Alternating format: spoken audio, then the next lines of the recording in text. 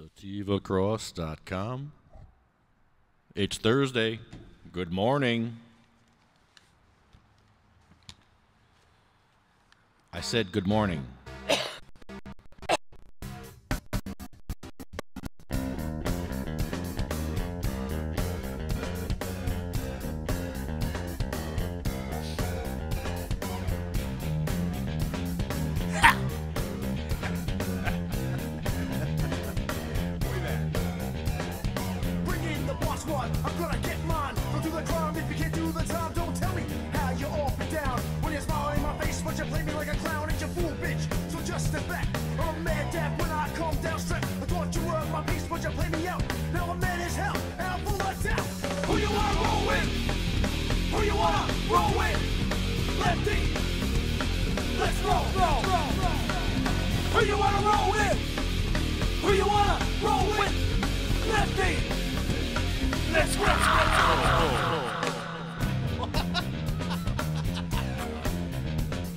Wow.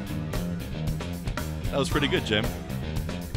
Yes, it was. It's time to get mean. I'm a lean. Revolution machine. For what people stay, they sway. For today is good as any day. Y'all feel slightly this, let's resist. Raise your fist and pump like this. Promises all the time. Don't cross the line, but you know it's right. Who you wanna roll with? Who you wanna roll with?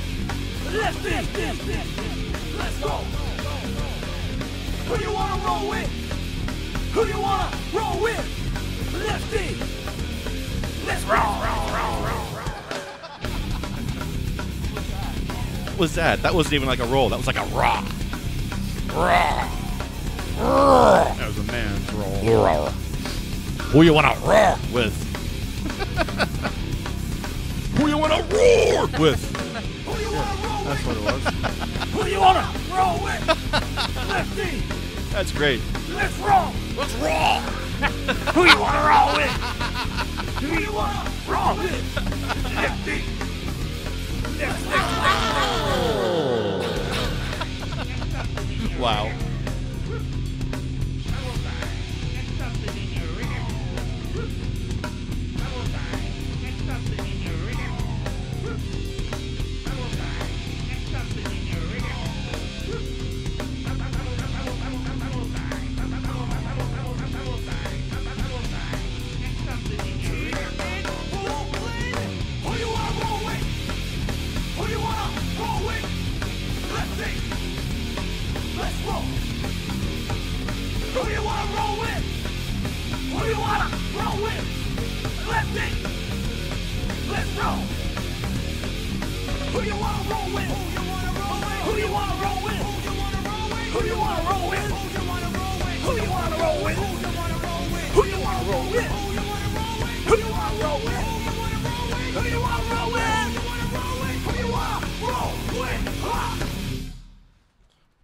Wow. Lefty, that's who. Good morning. It's a brisk October morning here on Thursday. Waiting for our bumper music. Come on, baby. Hit it now. Kick it. Yeah. Jim's highly medicated. I'm about to get medicated. Welcome to the show. In the home stretch. Magical butter makes your recipes better. Magical butter makes your recipes better. Canasense got busted. I don't know what for.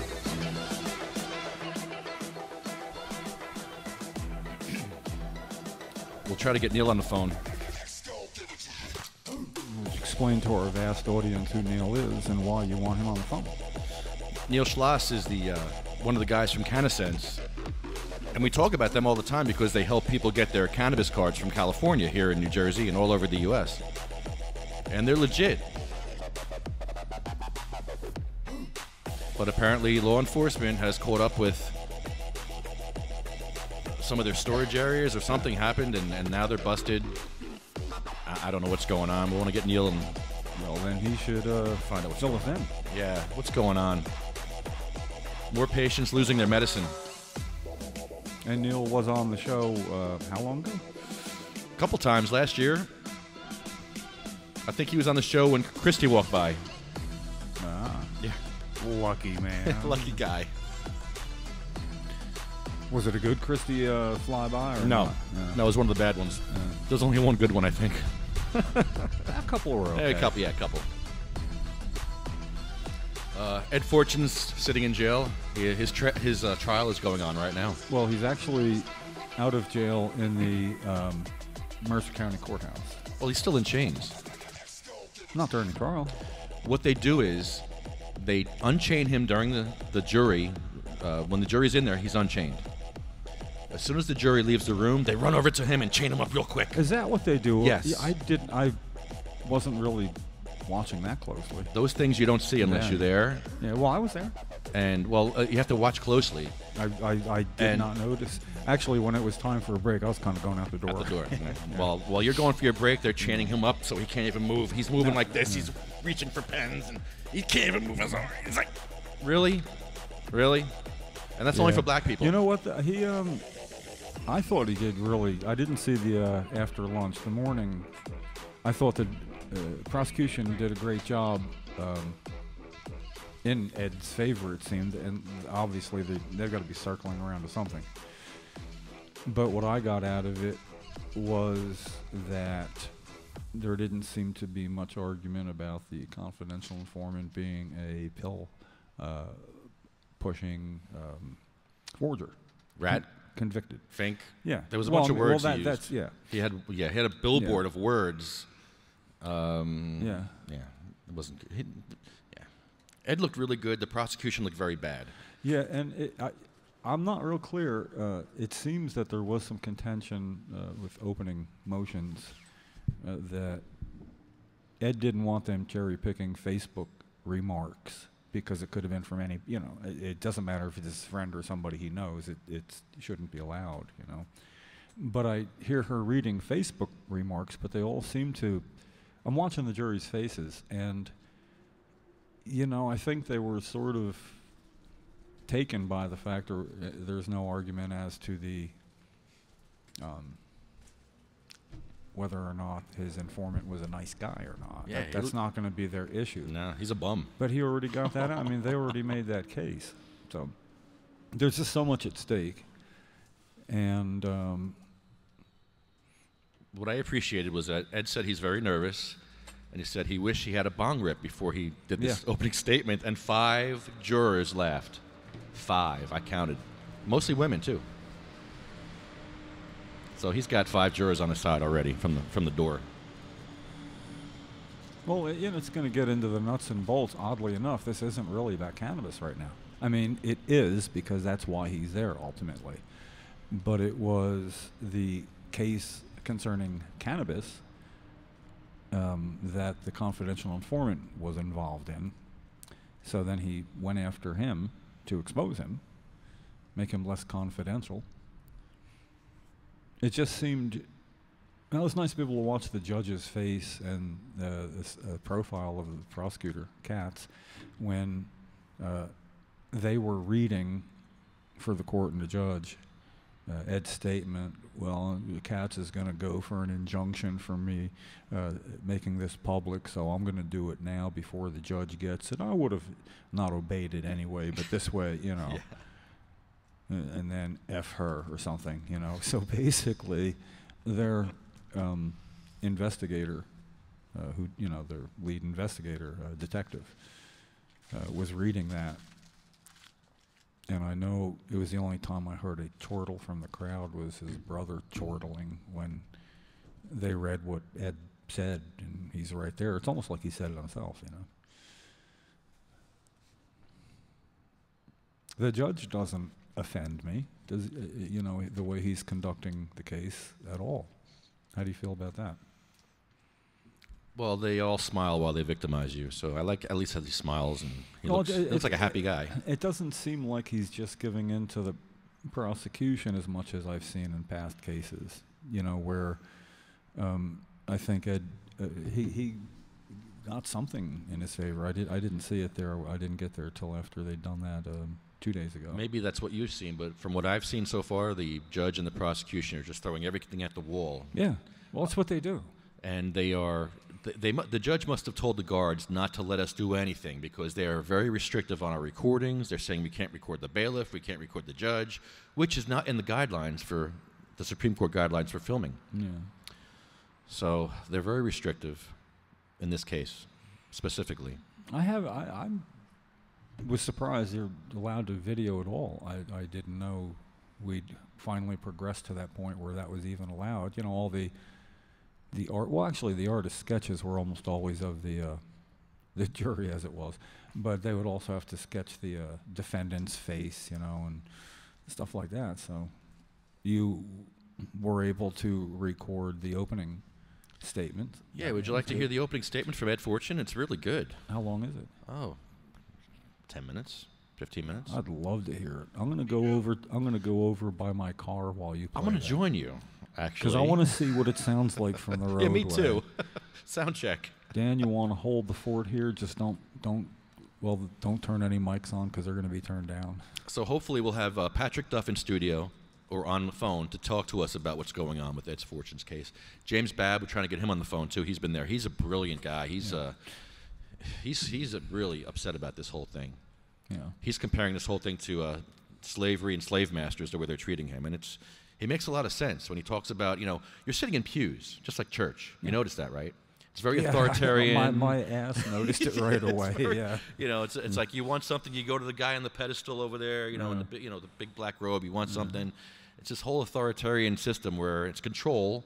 Like when they chain him up, when the jury leaves, they chain him up real quick. It's like that's control. Yeah. They're not scared of Ed.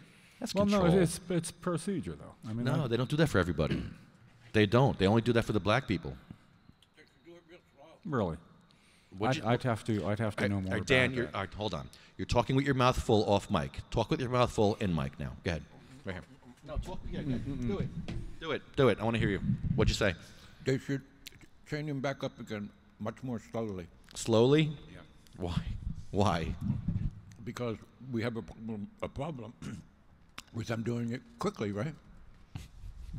We have a problem with them chaining up a black man at all. Oh. How would you like to be chained up? You wouldn't like it, would you? It's a serious offense. It's bad. It's bad. And when he's chaining up a whole bunch of black people, it looks like slavery all over again. And that's what we have down in Trenton here. Slavery all over again. Well, you know, to be fair, it does seem like if he's going to be chained and, you know, if the bailiff or sheriff's officers were not facing the camera, you ought to be able to rip off a picture of that. But you're not. Remember too that George Washington had slaves, and he. Yeah, I know. And Thomas so the whole country is Sally based on Hemings, racism, right?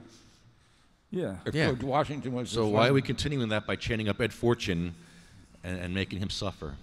We shouldn't continue this tradition of ours, this Americana tradition of racism and slavery. We should take down George Washington's statues.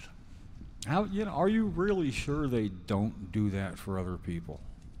I've heard it was shocking. James Babb said that was shocking to see that. Yeah, I know, but that's hearsay.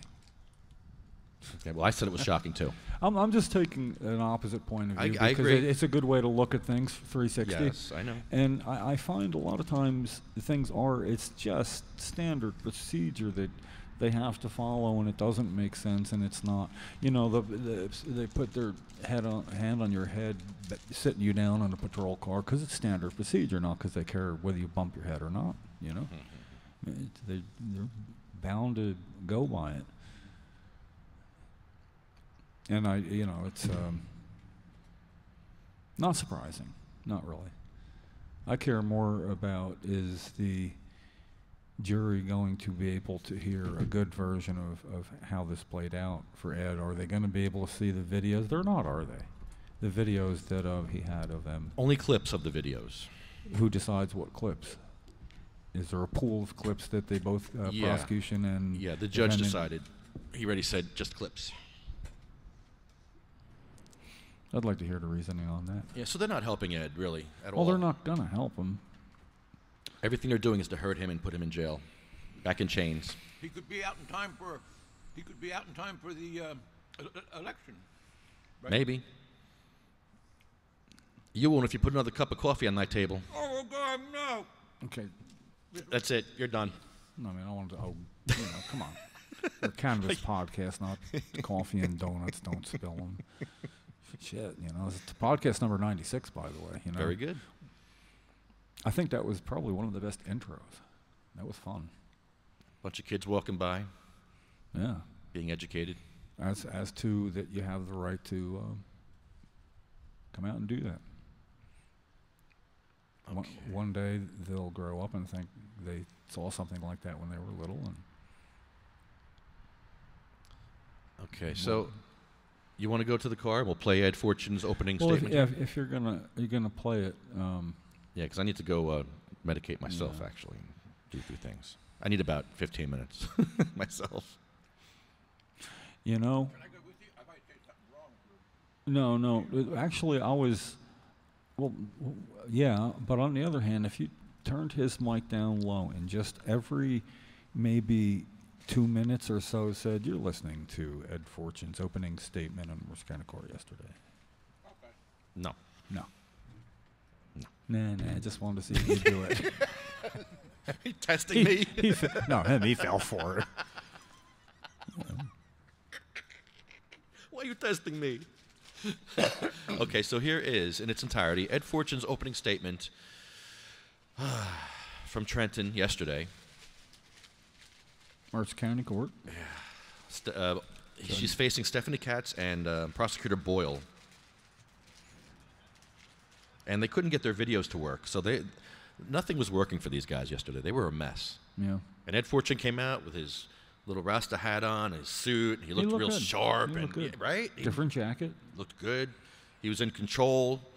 The jury was eating out of his hands, man. I wonder if he has Great. a progression of jackets he plans to wear. The first one was not as cool as yesterday. He was looking sharper than the first day. He's gonna. I'm thinking he's got like a purplish sort of one. You know what I mean? Red one, purple. Red one, no, not the red. It's not overly flash. I think he was in that in a picture with his previous lawyer outside court. Yeah. The heavy set. You know. That's a sharp looking suit now. And Hayburn was there, actually. Yeah, I saw him. Did he talk to you? No, he said something to you real quick, didn't he?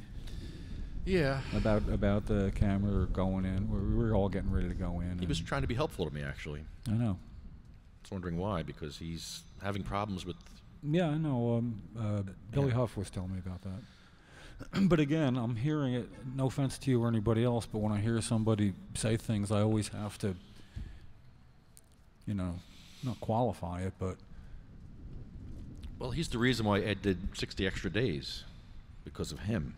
Yeah. Well, indirectly, because he was the lawyer that then Ed did not have, and because he changed lawyers was the prosecutor or the system's Excluded time. reason to start the clock all over for the 180-day max. And But he didn't say, "I'm going to quit being your lawyer, so it'll set the clock back." I mean, he didn't. That was a result of this man being Ed's lawyer, but he didn't do it. He didn't. We don't know that, and No. we also say that. Well, that's true. We don't. He's also saying that he sent Ed down a bad path. He gave him bad legal advice, sent him down a path that made him do something illegal, which was to contact this guy's family. Yeah. That was bad legal advice, apparently. Yeah. That's what they're saying. Allegedly, that's what they're saying. Yeah. Doctor, I mean, a lawyer. What? A lawyer recommended that he contact the. Yeah, I think the lawyer said it That's was the contention. yeah, that's what they're saying. Allegedly. Allegedly. Allegedly, because he doesn't have to be in. Allegedly. Allegedly. Allegedly. Allegedly. Curly missed it, man. Is he the accuser or is the state the accuser? Will he have to appear in court? Oh, there will be a lot of lawsuits going back and forth with this one. Yes, Ed's going to be involved. Ed Hayburn is going to be involved in quite a few lawsuits, back and forth. But that's what he does. He gets sued. He sues. He plays both sides. He's a defense attorney on one day. He's a prosecuting a witness on another day. Let's hear what Ed has to say about that. All right. You know, Ed's yeah, got a lot crank to it say. up. All right, you ready? Here we go. we're, you I'm know, going to cross my fingers. I hope he sells. He will. He's going to win. Okay. Listen to this guy. He's Okay. good. Mike's down. Okay. He'll. Directed at a witness and directed and touching. Sorry, that's the prosecutor's opening statement. We don't want Ed Fortune's opening statement. We don't want the prosecutor. All right, here we go. Sorry, Jim. Now, unfortunately, though, am I correct? The viewing audience can't see the video of this. No, you cannot. Okay. He does have a billboard up with some paperwork that says internet case is bull crap. You got good video. Yeah, it's nice. It's good sound. Where would people go to see this video? YouTube, Sativa Cross. Go to my page on Sativa Cross, or just Google Ed Fortune's opening statement. Yeah. It's Well, there. if you Google that, will they get the video? Yeah, you get the video on Sativa Cross. Yeah. The Sativa Cross page. Here it is, guys and girls. Good morning. I've waited 8 months to finally get to say my side of this. I will admit I'm nervous. I might stutter a little bit. I'm not a lawyer. I'll do the best I can. I want you to factor that in. I picked you people because you look like my peers. I felt that you could put yourself in my position. Everything I wrote, everything I said in the last month or two was prepared for this day. Now I'm here, not saying I'm not going to say it, but it did change a little bit listening to Mr. Miller's presentation. The statute I'm charged with violating, witness tampering. And it specifically says, I knowingly engaged in conduct that would cause a witness or informant to, and then it lists 4 things. Testify falsely, you will hear testimony, you will hear comments, the statements in the video. There's numerous videos. In each one of these videos, I'm asking for the witness to come testify. So if you ask me, number 1 is out the door. Never do I ask the witness to testify falsely or not to testify. Never. It's the exact opposite. And you will see testimony saying that. You will see documents. Let's talk about documents. I'm sure you'll introduce those documents. When you introduce those documents, you read those documents. And each one of those documents, I'm saying the exact opposite of this law. And you have to also remember, at the time I was doing this, I wasn't thinking about this law. You have to remember, put yourself in my position at the time. It's easy for the state now to go back and say, this is why you did it. That's not what I was thinking at that time. Okay? To withhold testimony, never in these documents do I say anything about withholding testimony. Exact opposite. The document that Mr. Boyle just talked about are lawsuits. It comes with a summons. It specifically is asking you to come to court and answer this summons. Again, the exact opposite of what I've been charged with after the fact.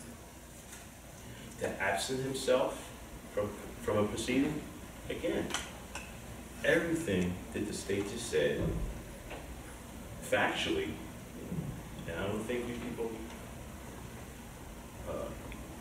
will disregard facts. Factually, everything I did was the exact opposite. Serving someone with a lawsuit, number 3, to absent himself. How am I asking the person to absent himself if I'm serving them with a lawsuit? The summons. To answer these questions and come to court. That's specifically what it's asking. I admit, I didn't know the exact address of the defendant, but through the internet, and this is an internet case. Everyone here knows you can find all kinds of things on the internet.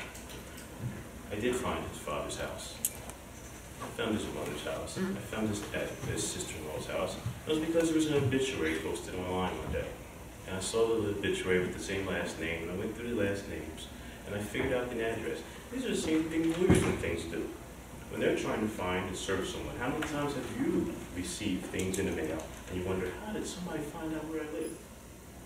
They use the internet, and they find addresses. I didn't know where he lived, but I was able to, by that obituary, find that his father, his mother, his sister-in-law, and his mother-in-law. And the things they got sent in the mail, there was a lawsuit, information about the lawsuit. Sure, I'll admit I was a little pissed. I added a newspaper article.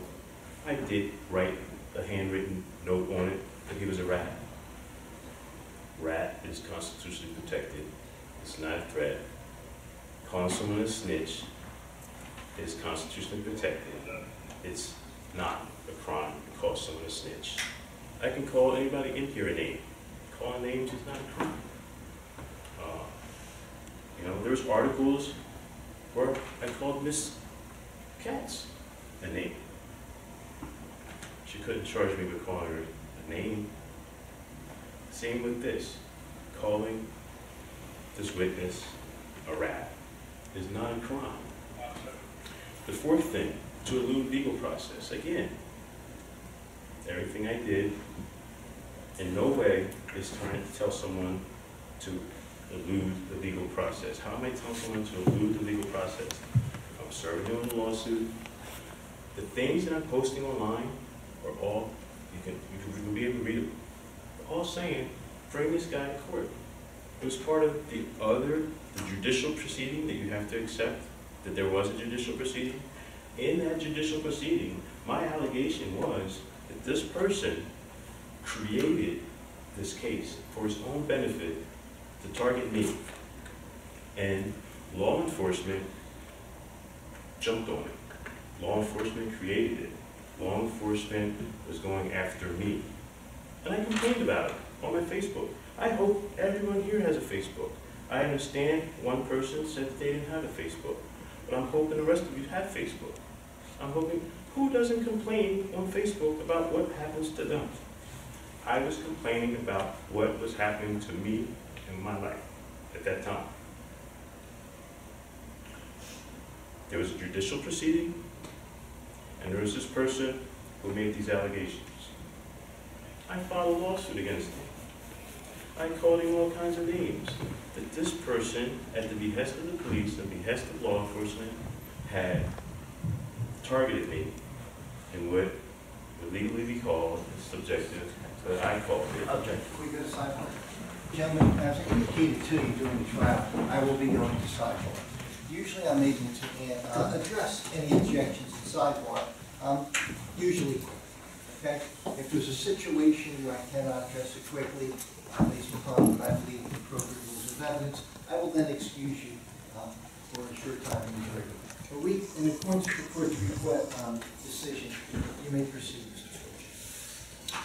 Forchion. Oops.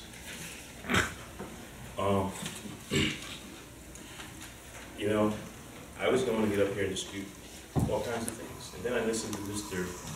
Boyle's opening statement, and he kept saying, line by line, that these things that I did, that if I just did that thing, we wouldn't be here. One of the things he said, which I found interesting, was about the newspaper article. The newspaper article where a reporter asked me a question and I responded to that question with his question and everything. In my indictment, that's used as the threat of force in the second degree charge that you'll be read to at some point. He just said in his opening statement that we wouldn't be here if that's all. But I am here. If you heard it, I didn't say it, he said it. If that was all I did, that we wouldn't be here. Okay? I want you to think about that. We wouldn't be here. That's the prosecutor saying we wouldn't be here. I've been here for 8 months. Okay? I want you to remember that. This case, again, I was hoping that people understand it's an internet case. I didn't walk up to anybody and shake them up and say anything. I didn't say anything. It's an internet case. I was talking on my Facebook page. I was talking on my website. I've been on the internet since 1995. I've been complaining about law enforcement, complaining about laws, complaining about policies for over 20 years. Half the people in this courtroom know of me because I particularly do argue about marijuana. I do argue about other things too, if you look. I don't talk about other things, but my gimmick was to call myself an elite man and to publicly criticize the government's marijuana policies. This case isn't about marijuana. I consider the case about the Constitution and free speech. That's why I talk about free speech.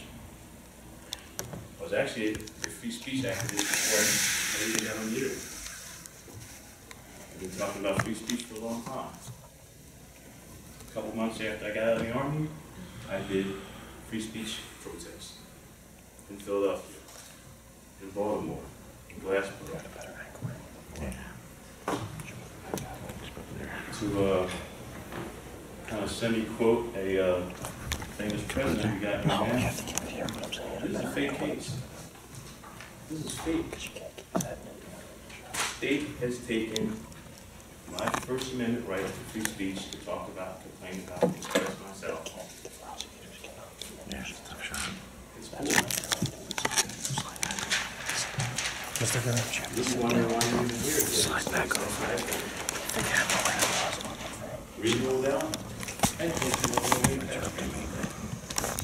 you'll have actually doubt. I think and hope you're just going to reject the state's case. The state just rejected half of his own case. I did that, I did this, we wouldn't be here. I just did this, I just did that, I just did this, we wouldn't be here. I am here.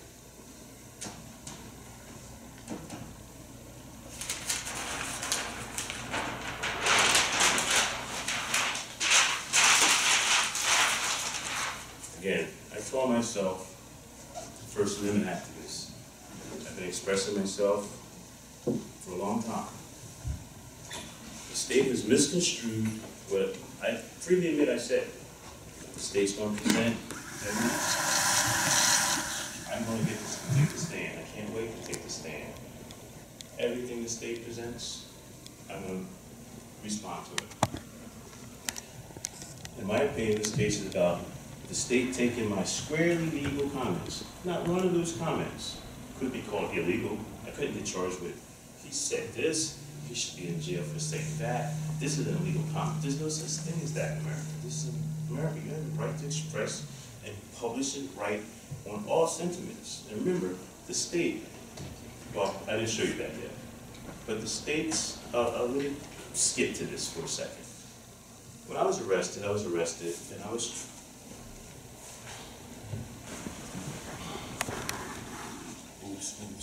Oops, number 2. Again, I'm not worried. I made a mistake. Again, back to where I was at. The state has misconstrued my legal statements, my freedom of speech, freedom of expression. They're squarely legal. All corners of legal parameters, what I said is legal. They've taken it and they're trying to squeeze my squarely legal statements, comments, actions into this round hole of criminality. And I say trying because that's what they're trying to do now. That's what this proceeding is about. The only way they are successful in that is if you 12 people sign off on that. And if at the end of this case you say guilty. If you 12 people say guilty, then they will have successfully put my squarely legal comments through the round hole of criminality, and I believe back the country up at least 240 years before the Constitution, back to the Peter Zenger trials. Again, as part of discovery, the state downloaded 1,500 pages of my Facebook postings. I've been posting on Facebook. I'm a prolific poster. I have my phone, I have my iPad, I have my laptop. Everywhere I go, I'm constantly Facebooking. I got hooked on Facebook, I admit it. When I got locked up, I had Facebook withdrawal. Toast. Facebook terms of service. Facebook didn't even delete the comments I made on Facebook. I hope, again, you are on Facebook. I hope that you understand Facebook. If you post things on Facebook, they take them off, they delete it. They suspend you, things like that. The state mined my Facebook. 1,500 pages. I believe the state's going to present less than 40 comments off of my Facebook page to say that this is somehow criminal. Again, same thing with my Instagram. I don't remember the exact number. I think it's around 700 pages, way more than I can look at. They gave all this stuff to me as I flipped through it. Yeah, I remember that from 2 years ago. I remember that from a year ago. They took a couple comments off of my Instagram. Again, said somehow that I was a criminal for posting these things. They mind that too. Same thing with my Twitter. I haven't seen my Twitter page since I went to jail. I can't remember my Twitter handle. But I know that everything I said on Twitter is still there. I know the very first thing you see at Twitter is the things that Mr. Boyle just talked about. That newspaper article, the image, the picture of the witness. The witness posed for that picture too. I'd like to get that. I didn't steal it off his Facebook page. He came to my place and posed for a picture. I took his picture and I used his picture. He came to sue me for that. He gave me that picture. He posed for it. The state has turned that into a crime to post it.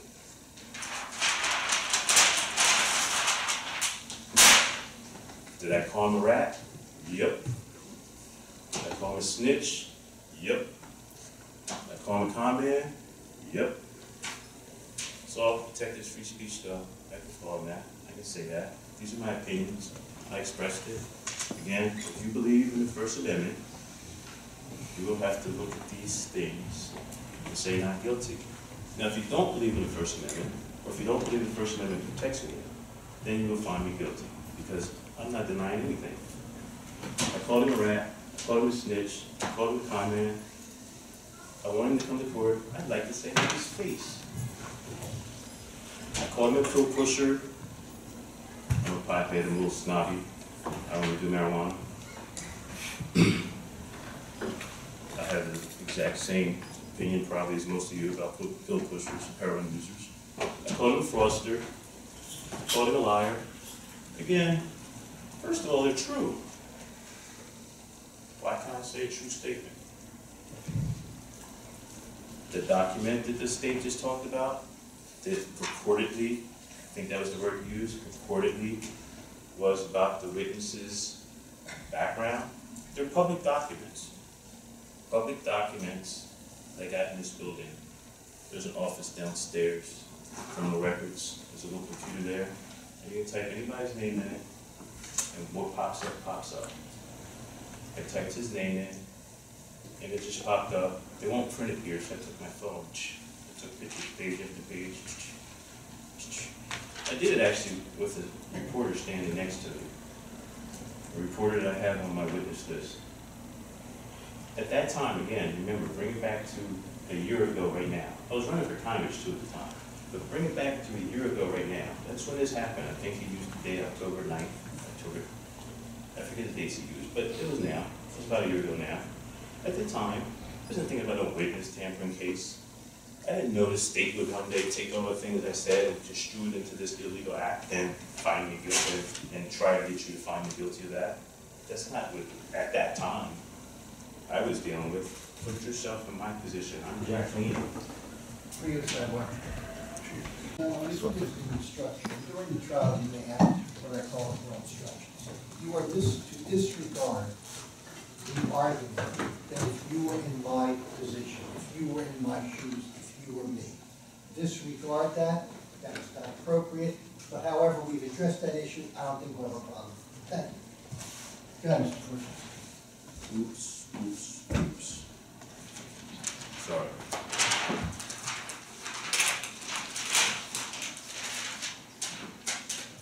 I think someone forgot to take this away. I was going to say, I'm into peace and love. In 20-something years I've been public, my entire adult life, I have no violence. I'm a peace and love guy. I come into my business, first thing you see me, you come in, big sign, peace and love. I'll admit I'm a black hippie type guy. tell you right now, I wish I had a bong. That's what I wish I had right now. I would have done this a whole lot smoother had I smoked a bong this morning, took a bong with. Technically, is it illegal? Yeah. But New Jersey's passed this medical marijuana law.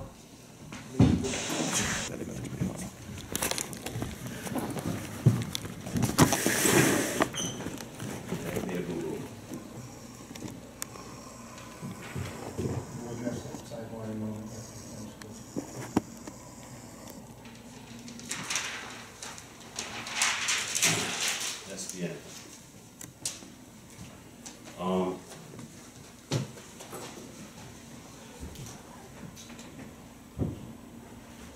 8 months I've been facing these charges. I'm happy that I finally got to express my opening statement about those charges. During this case, you will see the state presenting evidence, and I will take a stand and give my side of each one of these things. I'm glad I'm not here in the orange suit right now.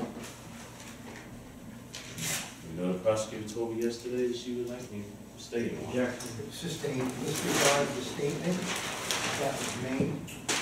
Disregard that. Also, disregard that. Continue. With that, I'm just going to end it. Like I said, I had a lot to say. I'm a little nervous. Didn't get the bong rip this morning.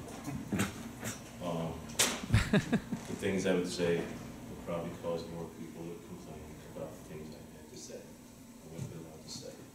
So I'm not going to say anything else. I hope at the end of this case, you send me home, not in orange. Thank you. Yeah, send Ed Forchion home and get him out of that orange suit. What I don't like about this case is that they chain him up when the jury leaves the room. They chain him up like a slave when the jury leaves the room. When the jury comes back into the room, he's unchained. Suddenly he can move his hands.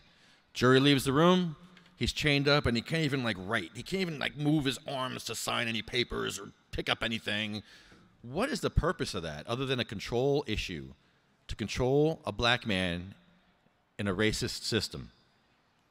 Because that's what the system is. It's racist. If you don't believe me, just Google Harry Anslinger, please. Please, for the life of you, Google Harry Anslinger. He started the whole drug war. He's the reason why your fathers are being put in jail. He's the reason why your mothers are being made single mothers. He's the reason why the jails are filled up with blacks and Latinos. Harry Anslinger was a racist. He went to Congress and said horrible things about black people. And marijuana, which is a horrible word too. So yeah, Google Harry Anslinger and you'll understand why we have a drug war today. It's based on racism. Harry Anslinger said horrible things to Congress. To Congress. He says marijuana makes darkies think they're as good as white people. Really? That's shocking. Where are you going? You going to smoke weed? You going to leave me to my own defense? Say it. You got something to say. Say it. Is this not your next guest? Yeah. He's going to be your guest. We have a guest. We're going over to have a pre-interview talk in my car. Okay. Sure, that's what they all say. That's fine. Well, since my phone is connected, I am going to give a call to our friend. Hi. Hello there. All I ask is that you keep that coffee somewhere away from where it could fall. That's all. Better? That's all. Comfortable. Go ahead. Hi, Laura. How are you? Good to see you. What's going on? Oh, ma'am. How are you? Were you just at the courthouse? I was. We just walked over from the courthouse. They're still interviewing Yolanda Ward, the detective for Trenton PD. Really? They're still in questioning, her. The prosecution is still speaking to her. And what is she saying? It's just more about the mailings, Okay, what did he, let's back it up. He apparently mailed some stuff to... Allegedly mailed some stuff to these family members. Yeah, and all that was in the packet was a Trentonian newspaper article. 1 second, let me get it. Okay, and was it the article that was the threatening article, or was it just a basic? What was the article about? No, it was just the article that said that he had added the quote rat to the lawsuit. That's all the article, basically was. In some of the mailings, there were like Bordentown Drug Watch. Right, because the guy is allegedly a drug addict. Yeah, but in all the mailings, he's basically just saying, show up in court, like. He's inviting him to come to court. He's inviting him. It's not threatening at all. There's no threats. He even says in one of the mailings, I don't want anything bad to happen to him. I'm not trying to have anything bad happen to him. I just want him to show up at court. Yeah, Ed's a peaceful pothead. He's not some kind of gang leader or Absolutely. nothing. I mean, he's not violent at all. No, he brought peace and love to that street corner where there used to be crack and heroin. Right. And he tries to avoid violence by all means. And he tries to, get people, like he always says, like, if you have beef in the city, come to me. We can sit down and we can all talk about it. Over a joint. So, I mean, he really isn't, he's not violent, and whatever the media has portrayed or what people think, his haters and everything, like, he really is a good guy, and he's somebody that, first and foremost, he's a vet. So that needs to be taken into consideration. People have, when they talk about him, certain times, like, there's no respect, but he's a vet first and foremost. With cancer. Right. So, I don't know. I get kind of upset because people have this perception of Weed Man, with certain things that he does. But there's a reason that he got press. And that is what, if nobody was talking about it, then he would be just somebody else, just another number, going to jail, following the system. And what he was saying was the truth. That's the problem. It was the truth. So, I don't know. It's upsetting, but I do feel that just from sitting in court the past couple days, it seems positive on his side. Like, it seems like there is no crime yet that we can all see from sitting there. It's just some mailings. It wasn't really, for 20 years, I think it's excessive. Let me see if we got Patrick Duff available. He wasn't there today. Okay. Yeah, he did some filming yesterday. And he did some filming, and apparently they're threatening him because he filmed. Today, before everything even started, the judge came out and said no cell phones at all. There's no taping.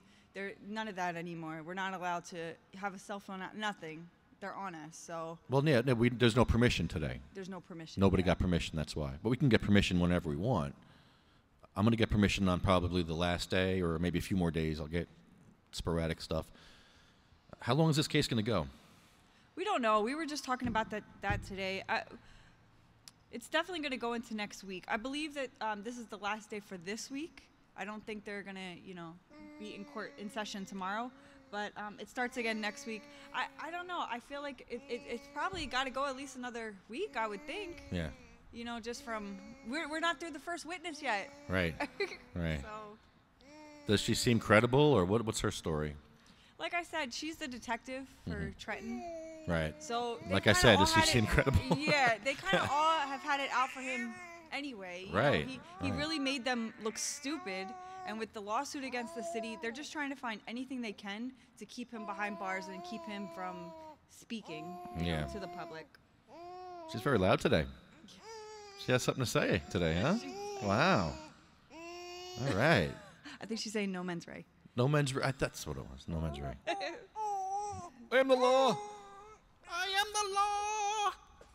Yeah. So there's that. So that's been taking up a lot of our time this week. Just there has to be people have to come and listen to see what's going on, and it also helps you to protect yourself as well.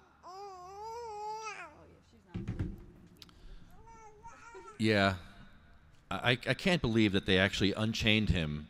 First of all, they unchained him for court, but when the jury leaves the room, they chain him back up with all these chains where he can't even move. It's like he can't even open up.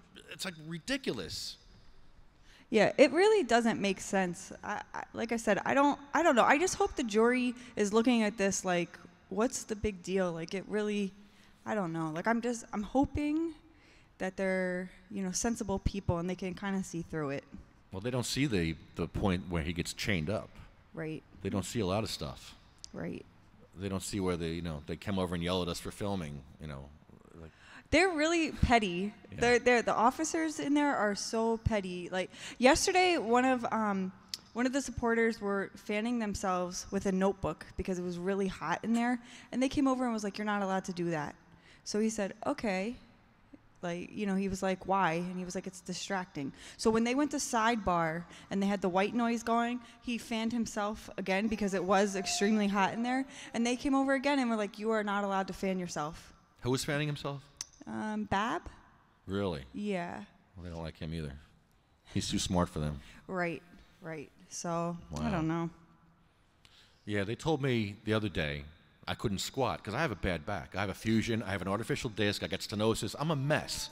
And for me to sit in a church pew for more than 10 minutes is going to be painful. It's uncomfortable for a person that doesn't have back injury, so I can only imagine. So I squatted the one day, and the guy says, "You can't do that." I'm like, "I got a bad back. He's like, "You can't do that. You got to leave." I'm like, "Okay." So then I brought my wheelchair. That's when I started bringing the wheelchair. Now I'm comfortable. Now I'm laying down in court with a pillow and blanket.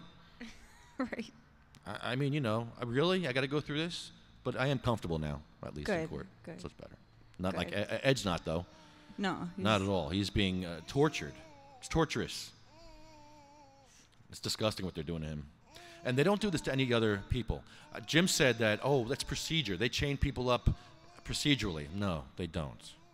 No, that's not. That's just something they do to people they don't like, and mostly black men and Latinos. Well, this is my first trial, like actually sitting through, you know, we've been going to weed man cases for a few years now in Trenton. But this is the first like real trial that we're sitting through with him. And like I said, it's just interesting to kind of see how it's all unfolding. I've been there. I was around the joint when it got raided. I was around, you know, when we were harassed and our nighttime masses were getting shut down when they weren't supposed to be, and all of that. I was around for it, and it's outrageous. It really is outrageous what happened to him. Yeah, and also patients were arrested in the joint. They arrested 2 black dudes and 1 white dude, and they were all patients. Guess which one they let go? Let me guess. No, go ahead. Go ahead, you go. You go first. The white one. The white guy, yes, you won. They took the 2 black guys in, chained them to a wall for 5 hours as medical cannabis patients. Was that during the original infraction? Yes, one of the original, the original infraction. When they just started arresting patients. I recall that. And they're like, "Oh, wait, you're a patient after 5 hours? Oh, you can go. And unchain him." The rationale was, but did they not see everybody's registration card? They said they were fake. That's what I'm getting at. Yeah. But they said a young men of color had fake registrations. Yes. In their estimation. They didn't know. They couldn't be sure. They at one time said that we were making them at the joint. Yeah, I remember that too. That was a good one. Yeah. Really? Yeah, that's rich. You got some skills, you know? You gotta say, man. You know? I would have one. It's a good idea, though. You could probably make some money doing that. Terrible idea. That's not. Yeah. Well, you know, soon enough, you really won't need to because of 2 reasons. One, there will be more indications added, or we will have somebody's butt. And legalization, you know, however long it takes, it might only be a year. Could be less than a year. We shall see. You know, I appreciate at the end of the yesterday's meeting, at the advisory panel meeting, when I got back to the Department of Health to use my medicine, the Fab 5 were getting dropped off. I didn't know they started and stopped at Department of Health. You know, they all come and go together to that last voting session. And the pharmacologist, I think she sat on the far right, a woman with blonde hair, and she told me not to give up what we do, stay on top of it. I know it's looking good, and good. we're hopeful these will be That's admitted, great. but you can't stop doing what you. She was like, Good morning. That's it. yeah. You're on the air. Yo. Patrick Duff. Yes, it is. It's LeftyGrimes and Jim Miller. How are you? I'm doing pretty good. Good, man. You're doing better than Weed Man, that's for sure. Yeah, I'm definitely doing better than Weed Man. But yeah, I got some crazy threats last night. And somebody emailed me or somebody texted me.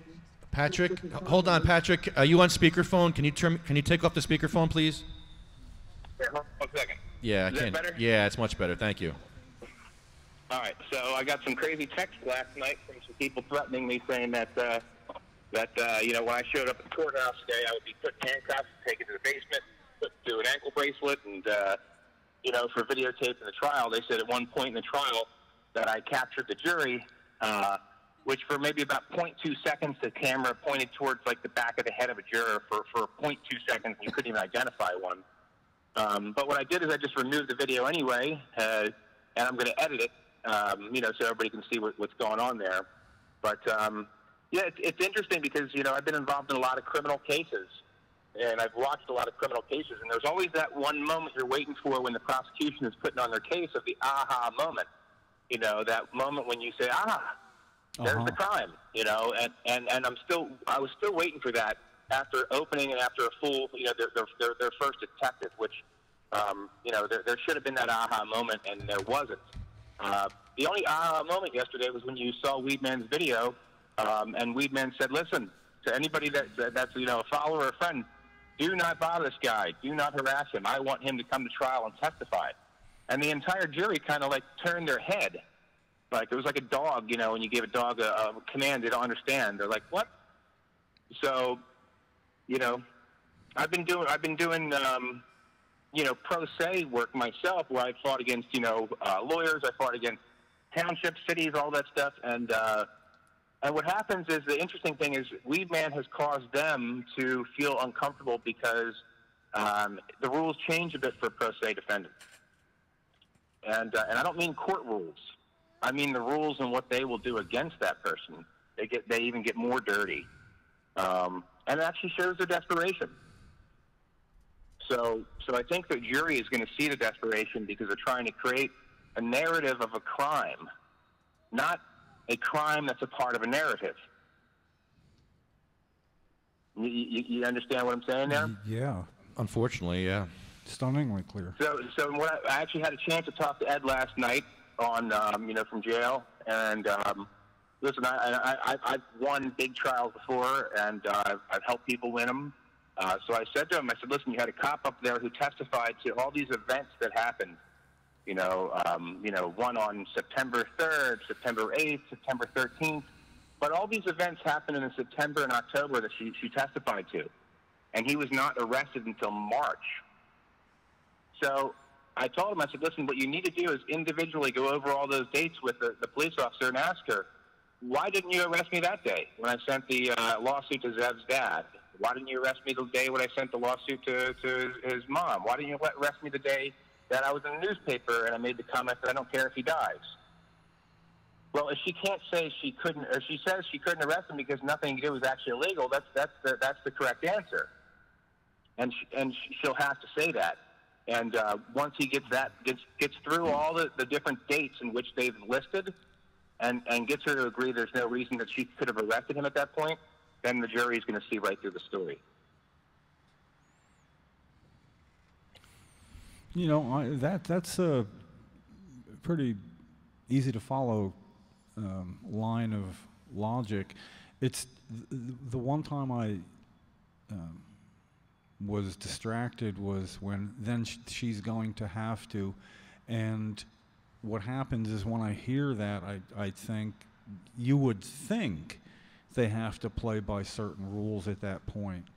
And, you know, like you said, how dirty they're willing to get with a pro se defendant. I don't know. I am so happy to hear you lay that out because it just sounds like he does have a lot better chance than I would have thought before talking with you.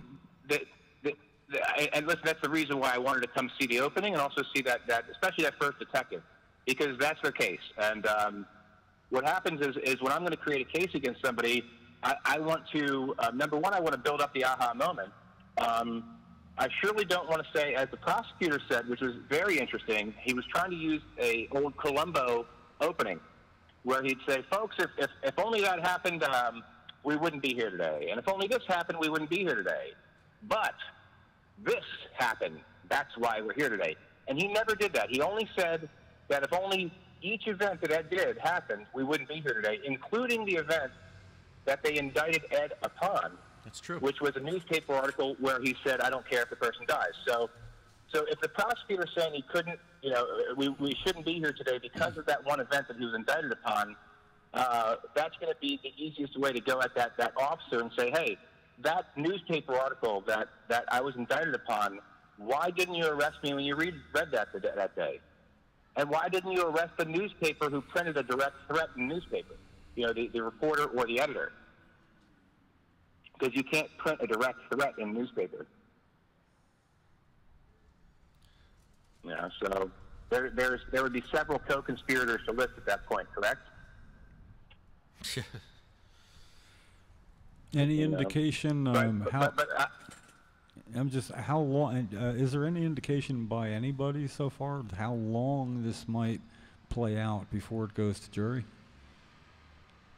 It's going to be at least 7 days. I'm guessing. The way that they're going through these witnesses is they're going to be very, and I think that's their mistake. And what they don't understand is that the jury's already getting bored. They were looking at the clock. Some were yawning. A lot of them stopped writing. I don't know if you noticed that. No, I didn't. Some of them just put their books away. Yeah, see, I had a different angle than everybody else, so I could see what they were doing. And literally, about half the jury didn't take any more notes after about halfway through the officer's testimony. And that's pretty important because what they were seeing is redundancy, and they were also waiting for a crime.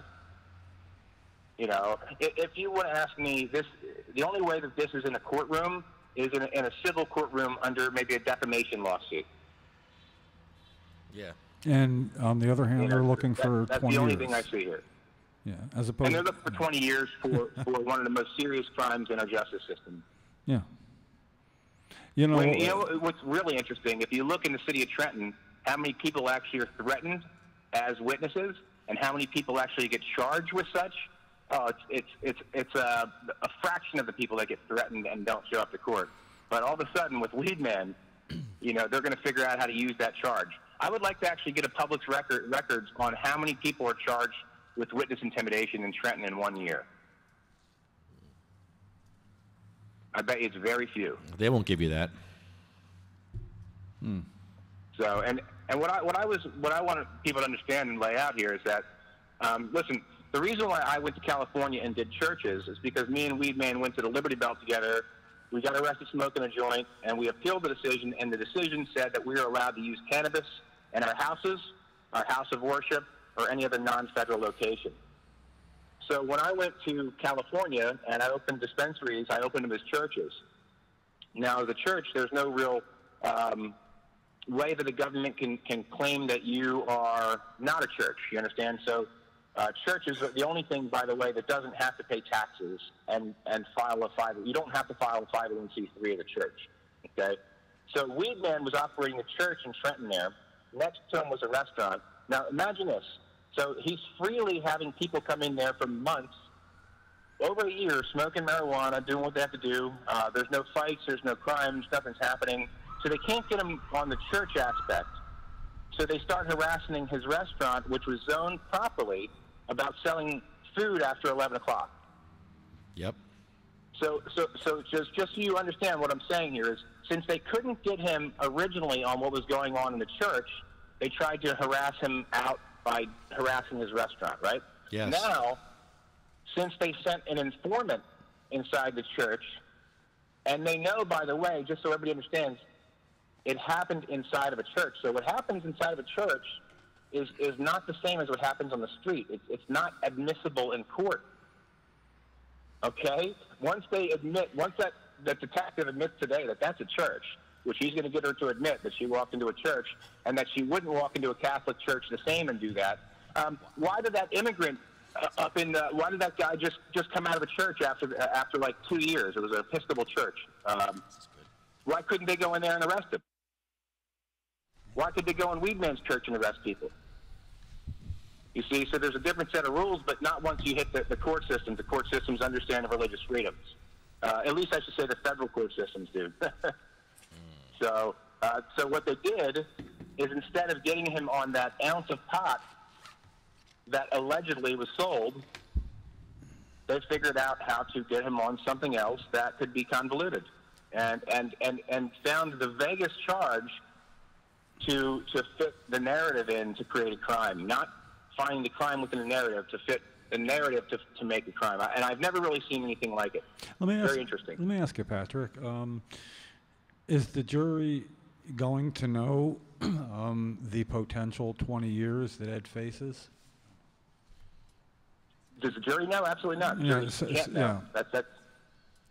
So that's the sad part is that a jury doesn't even know the punishment that they're recommending a guilty verdict on. Why not? And, why? They do know the nature that it's called witness intimidation. Do they hear that phrase? Yeah, they hear that phrase. Okay. Why? They hear that phrase, Well, and they also they should. They're smart people. They should know it's a substantial penalty for witness intimidation. Many should. Well, nobody knows what penalties are. I mean, you got to understand when you're on a jury, you're one person amongst 12, where everybody is trying to go home. You know, but let's be honest. Does anybody really care if he goes to jail for 20 years on that jury? Probably not, because they don't know him. You understand? And that's why I told Ed that today you need to be Ed. You need to be charismatic. You need to be yourself. You need to let them know who you are. You need to smile. Because if you're just a person to them, saying guilty is a lot easier than saying not guilty. Especially when they're being pressured by the judge. Patrick, what type of things are you seeing them do to screw him over? I noticed they chain him up when the jury leaves the room. Well, is that normal? That's nothing compared to what they've done is they won't allow him to admit the evidence of why he was on trial previous. What was the trial previous? They only can call it an official proceeding. He can't say I was arrested for, allegedly selling marijuana, that this, he can't bring in the fact that he was suing the city for, violating his rights as a restaurant. He can't bring in the fact that Officer Flowers, online, he called the guy a pedophile when he's being, sued by the city, or, he's got charges against him by the city. He can't show the pattern which led up to this point. Now, that, number one, is going to be a majorly appealable portion of the case. Number two, the prosecutor in the grand jury indictment used the wrong wording. The witness intimidation says a reasonable person would not want to testify, right? Would not want to testify. That means would is different than could. And she used the word could. She also used the word could in the jury instructions for the grand jury when the charge itself clearly says would. Now, so there's just two appealable offenses right there. Another appealable offense, which is I've already seen, is the fact that they're only playing portions of the videos. That's incomplete evidence, and they can't just show portions of it. You guys still there? Yeah, they showed him smoking a joint in the one video, and I think they cut that part out, right? Yeah. Yeah. And that's the thing is they're showing impartial evidence, and that was the argument that he made at the sidebar at that point. And you know what? And that's what I'm saying is he's pro se. They're railroading him every way they can. They told us as people taking pictures, they gave us the most restrictive set of rules that's ever been given to any reporter walking inside of a courtroom. And the court reporter next to me from, I believe he was from the Star-Ledger maybe, he told me that was the most restrictive rules he's ever been given on any case, including major murder trials and rape trials. So Weedman's rules of court are the most strict and stringent that I have ever seen anybody have. Yeah, filming rules, just procedural rules, everything is going against him. Yeah, they're definitely stacking the deck. But I mean, it's interesting because the deck, when you're in pretrial, when the deck is stacked, when the jury is sitting there watching, and you have a prosecutor who's desperate, and you have a defendant who's willing to admit freely what he did. That's what the interesting part is. And if I was him, I'd almost say, next time you bring your witness up, you don't have to go through all this. I set the package. You're right. That's my name on it. And that was the funny part. The package was to Ed, and he said, "Hey, do you recognize this?" And Ed looked at it and he goes, "I sent it." Yeah, that's mine. So, but yeah, I think the next step here for how to make sure this is fair. I've contacted the ACLU about the taping thing. They haven't responded. The only way to really make sure this is a fair trial is for Ed to break the rules a little bit, and for them to introduce stuff that they actually introduced a lawsuit yesterday. So now he can bring Hayburn in. Oh, really? So, yeah, absolutely, yeah. So what happens is once they slip and introduce certain pieces of evidence, then the ruling that these pieces of evidence can't be admitted is voided because the side that actually said let's not bring it in did it themselves. Now he has a right to bring that in. They've opened the Pandora's box. Now you had a great interview with Hayburn. How'd that go? Well, he told me very specifically that I never told Ed to post anything online. Interesting enough, that night I did a little research and I found a post by him saying I only advised him to not threaten him when he posts, which there's that's a contradiction there. Did you never tell him to post or did you tell him to not threaten him? When you post, when you don't post.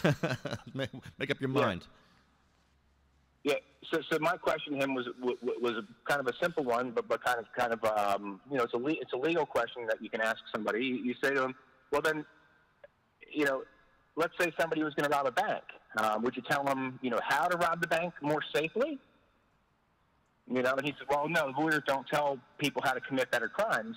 I said, well, if you told him, then it's got to be one or the other. Right. If you told him to not threaten anybody online and he didn't, and he's sitting in court for your advice, then you were wrong. Okay? Right? Am I correct? He needs to, yeah. But hey, listen, I have to run because I'm about to be interviewed by some Stockton University professors for a project I'm doing with Martin Luther King. Oh, they're more important than us? Oh, really? Okay, fine, Patrick Duff, that's fine. They're more important than us. I get it. But I will talk to you guys a little later. Thanks, brother. I'll give you a call. All right.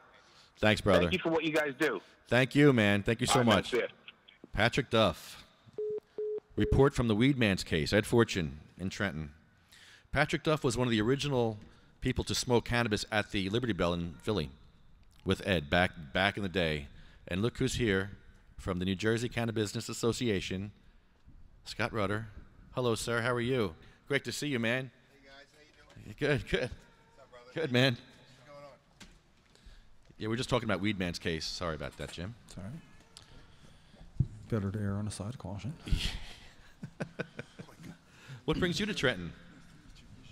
It's Thursday. Yeah. Must be Trenton Day. We're all here. We're all here. That's what we do.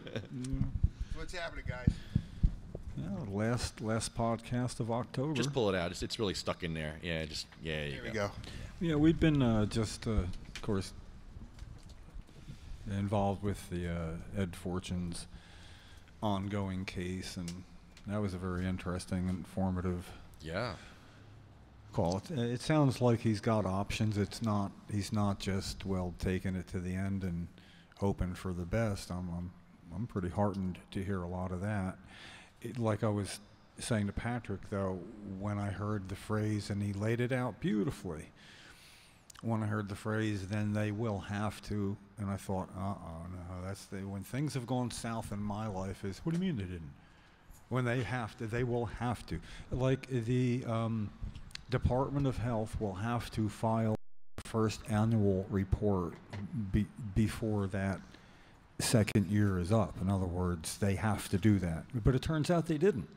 And everything delayed after that for getting indications added. So when I hear somebody saying you're talking about 20 years in the balance, perhaps, but then once that happens, they have to, boy, you don't know. Yeah, you don't really know. He made a good point before that pro se candidates get taken, not more advantage of, but they get played hard. He said the word railroaded was the word he used. Yeah. So anyway, let's get to some happier stuff. Yeah, Not we need happy news, Scott, please. Hey, I got happy news. Good. There's an election on November 7th. That's happy? That's happy news. Are you running? I am not running, thankfully. I spent 16 years in elected office. I'm good. Yeah, you must appreciate that this time of year especially, you know. Well, I will tell you, all these guys, at all levels, so the local councilmen, school board members, the mayors, the assembly members, senators, and obviously the people running for governor, it is a significant chunk of your life if you're doing it effectively, and you spend a lot of time away from your family and work trying to make sure that you're knocking on doors and getting to the community events and getting your messaging out there. And I think that one of the things I appreciate from all these folks who are running for office on both sides of the aisle, the people that are dedicated, and some people you like, some people you don't, but they're all, if they're out there and they're working, that's good stuff, right? Yeah. Knocking on doors, talking to people, getting engaged in the conversation, whether, like I said, the local or state level, it's amazing. And, and I do appreciate this time of year now because I do get to go to my kids' thing after school, and my, this thing over here. My weekends are not knocking on doors. You always have when I ran for assembly, I had an objective of 10,000 doors. I don't think I ever actually hit 10,000, maybe 8,000. I mean, that's sort of like the high standard you want to achieve. I don't know how you do that. That's pretty good. No, well, that's what you do is you just kind of knock it out, and I would bring my kids with me on a Saturday. To help knock on doors, just so I could spend some quality time, even, right? Yeah. So these guys, the people running for office, both sides. You run into people who take you on at their doorway when you're knocking on doors. Most people are very respectful. They appreciate the fact that you're there. Yeah. Well, it happens to me when somebody knocks on my door and they're not from the party I would normally vote for. I'm impressed by their getting out and getting it done like that. Just being there is important for people, and I've had doors shut on my face too. But I would say 98% of the time. That's not why you brought your kids then. No. Well, that's the thing. No one shuts the door on me when I have the kids with the wagon behind me, right? I'm just saying. But look, most people are very respectful and they just appreciate that you're making the outreach. 10 years ago, I was running for office, but I wasn't the effective campaigner. I wasn't there to be effective. I was there to have one issue and take what came my way, and the advisory board of the editorial board of the Asbury Park Press having me in. I got to finally meet my senator by doing that, and it was pretty epic, I got to say. Yeah, I'm sure. Senator Andrew Cecila, not a bad guy, but he refused to meet with Cheryl and me for 9 years. So I met him in the lobby of the Asbury Park Press, and he assumed that we'd met. And he goes, "We've met." And I go, "Here's what's going on. We've picketed your office so many times. You've looked out your window to see us, and you feel like you know me. Is that it?" Yeah. And the look on his face was priceless, So anyway, just to make a quick story of it, I said, "Listen, be that as it may, there's another issue that, as a constituent, I'd like to talk to you about." The Commissioner of Health, George D. Fernando, said that there's alternatives that work just as well as cannabis, and it became health department policy just by him saying that. That's what he's telling me, and apparently it's true. I have a problem with one person. What if he said, "No problem with West Nile virus"? Would that be policy? Right. Do you see the problem? Yeah. And you know what he said to me? He went, "Oh, I'm sorry, I tuned you out." He said that to me like I would get upset, and that was it, and I said, "Oh, man, that was a classical error, dude." Wow. And I walked away smiling. Now we're sitting this close, and they're on the other side of the table, and he realizes, "Oh no, I'm not going after it. I'm not going," and I'm waiting. And at one point, he talked about the disconnect between legislators and their constituents, because Republicans not being, Great setup. And that was his setup. And then it got to me, and I said that we agree then for the first time about the disconnect as best evidenced in the lobby where I met you, for the first time, and I told you about a problem I was having. And do you recall what you said to me? You know, and I counted to 3. I started to feel sorry for him. I didn't. You said, "Oh, I'm sorry. I tuned you out." You know, and I said, "Now with disconnect like that," I went back to the editors. I said, "With disconnect like that in your office lobby, you can imagine how hard it is." And I went on. And he said, "I'd like to say that the reason I didn't meet with them was because they were picketing my office." I go, "Now, logical people will know it's the other way around. The reason we were picketing your office was you didn't meet with us." Of course, that circular. Yeah, so it was really Cause fun. and effect. But so see, I did it for that. But Scott, I'll tell you, my issue back there 10 years ago was that legislators should embrace the issue. It's popular. There is a segment of the population that will be interested. It's bipartisan, really, when you get down to it. I mean, people, not legislators necessarily at the time. And I wanted to show that in a close election, there's a certain amount of, so I had one issue, and no matter what somebody asked, I'd drag it back. Didn't matter. Is the Ocean County Observer editorial. "Well, what about the Route 9 widening? How do you feel about that?" And I went, "You know, I do have an opinion." And they, you know, and I asked Cheryl about that one time riding down, and she said, "Ow," because it went over a bump, and she didn't have any marijuana, and her back hurt. And they did, one threw his pen in the air and laughed. And anyway, but point is I got 4.26% of the vote, which is actually a percentage that could matter. Sure. In a race. Absolutely. That was matching a lot of close races. My absolutely. reason was just to say, okay, I'll be the prototype if I only have one issue, and neither of my opponents supported it, not even the Democrat. And you know, a lot of people who run for office, they're not running for multiple issues. You know, it's usually when they're first running. Yeah. You know, the local school board, you know, you don't like the education system, or you're a soccer mom and you feel like, you know, at the township level they're not paying attention to kids' needs or whatever, and that's what motivates you, and that's why you run for office. But then when you're in that seat, now you have to deal with everything that comes before you. You have to have an opinion on everything that you never even contemplated. Right. So therein lies a lot of the challenge. That is playing out on the federal stage in spades. Yeah, I must absolutely. say, but I mean, it makes good sense. You know, the first time in, you got a shot at making some headway with one really good issue. What was that wedge before? vote? Absolutely. Yeah. And then you do have to know a lot about things I would never know anything about.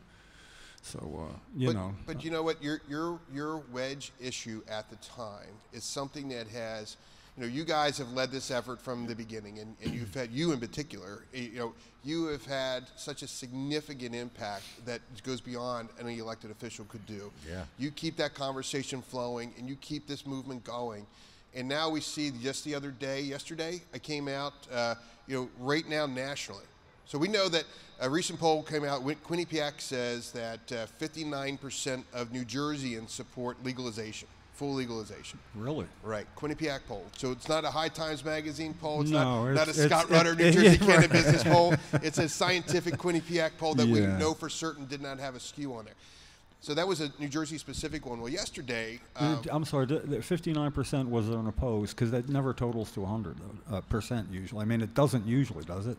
Some don't know. 59. Then it'd be like 4% undecided or something to that effect. But it's you know, the strong opposition has faded. 59 is a big number. 59 is a huge number, particularly when we're talking full adult legalization. Yeah. It's almost universal today because of your efforts.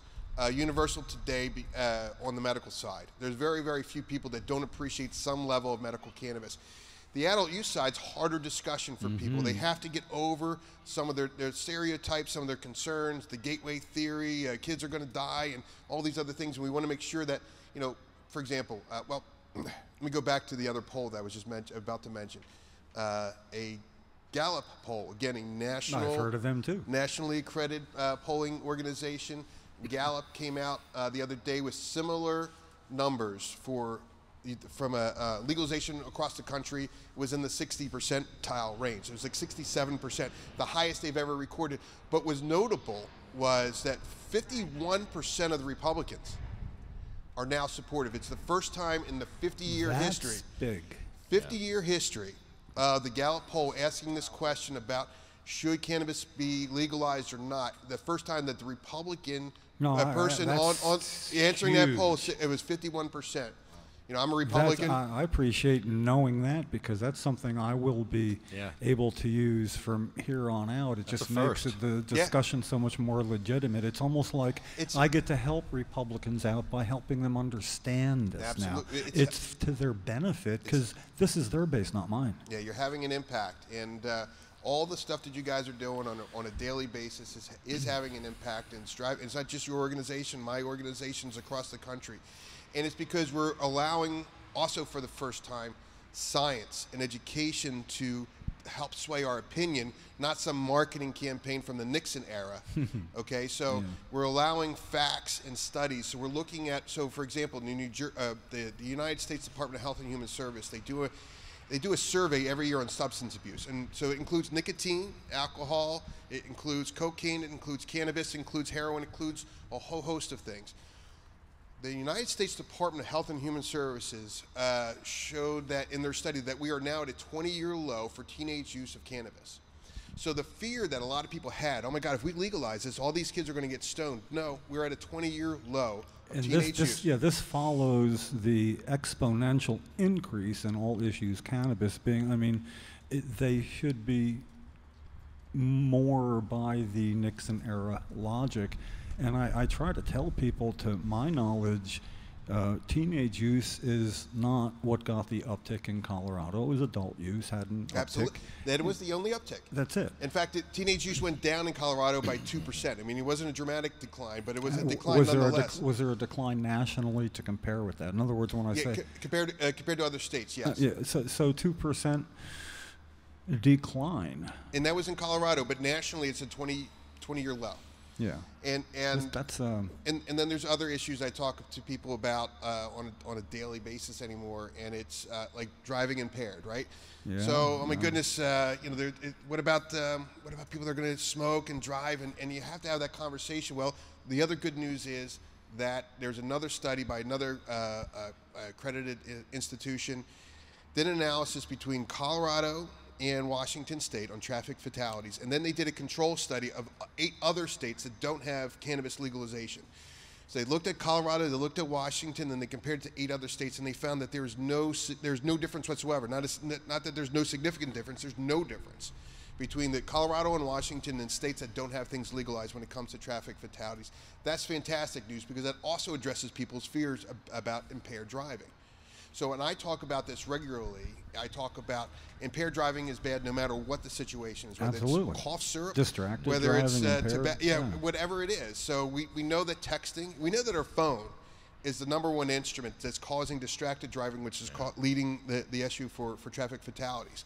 And it's not just the texting anymore. It's not just the phone calls anymore. Now people are checking on their Facebook and their Instagram. They're uploading. They're doing selfies.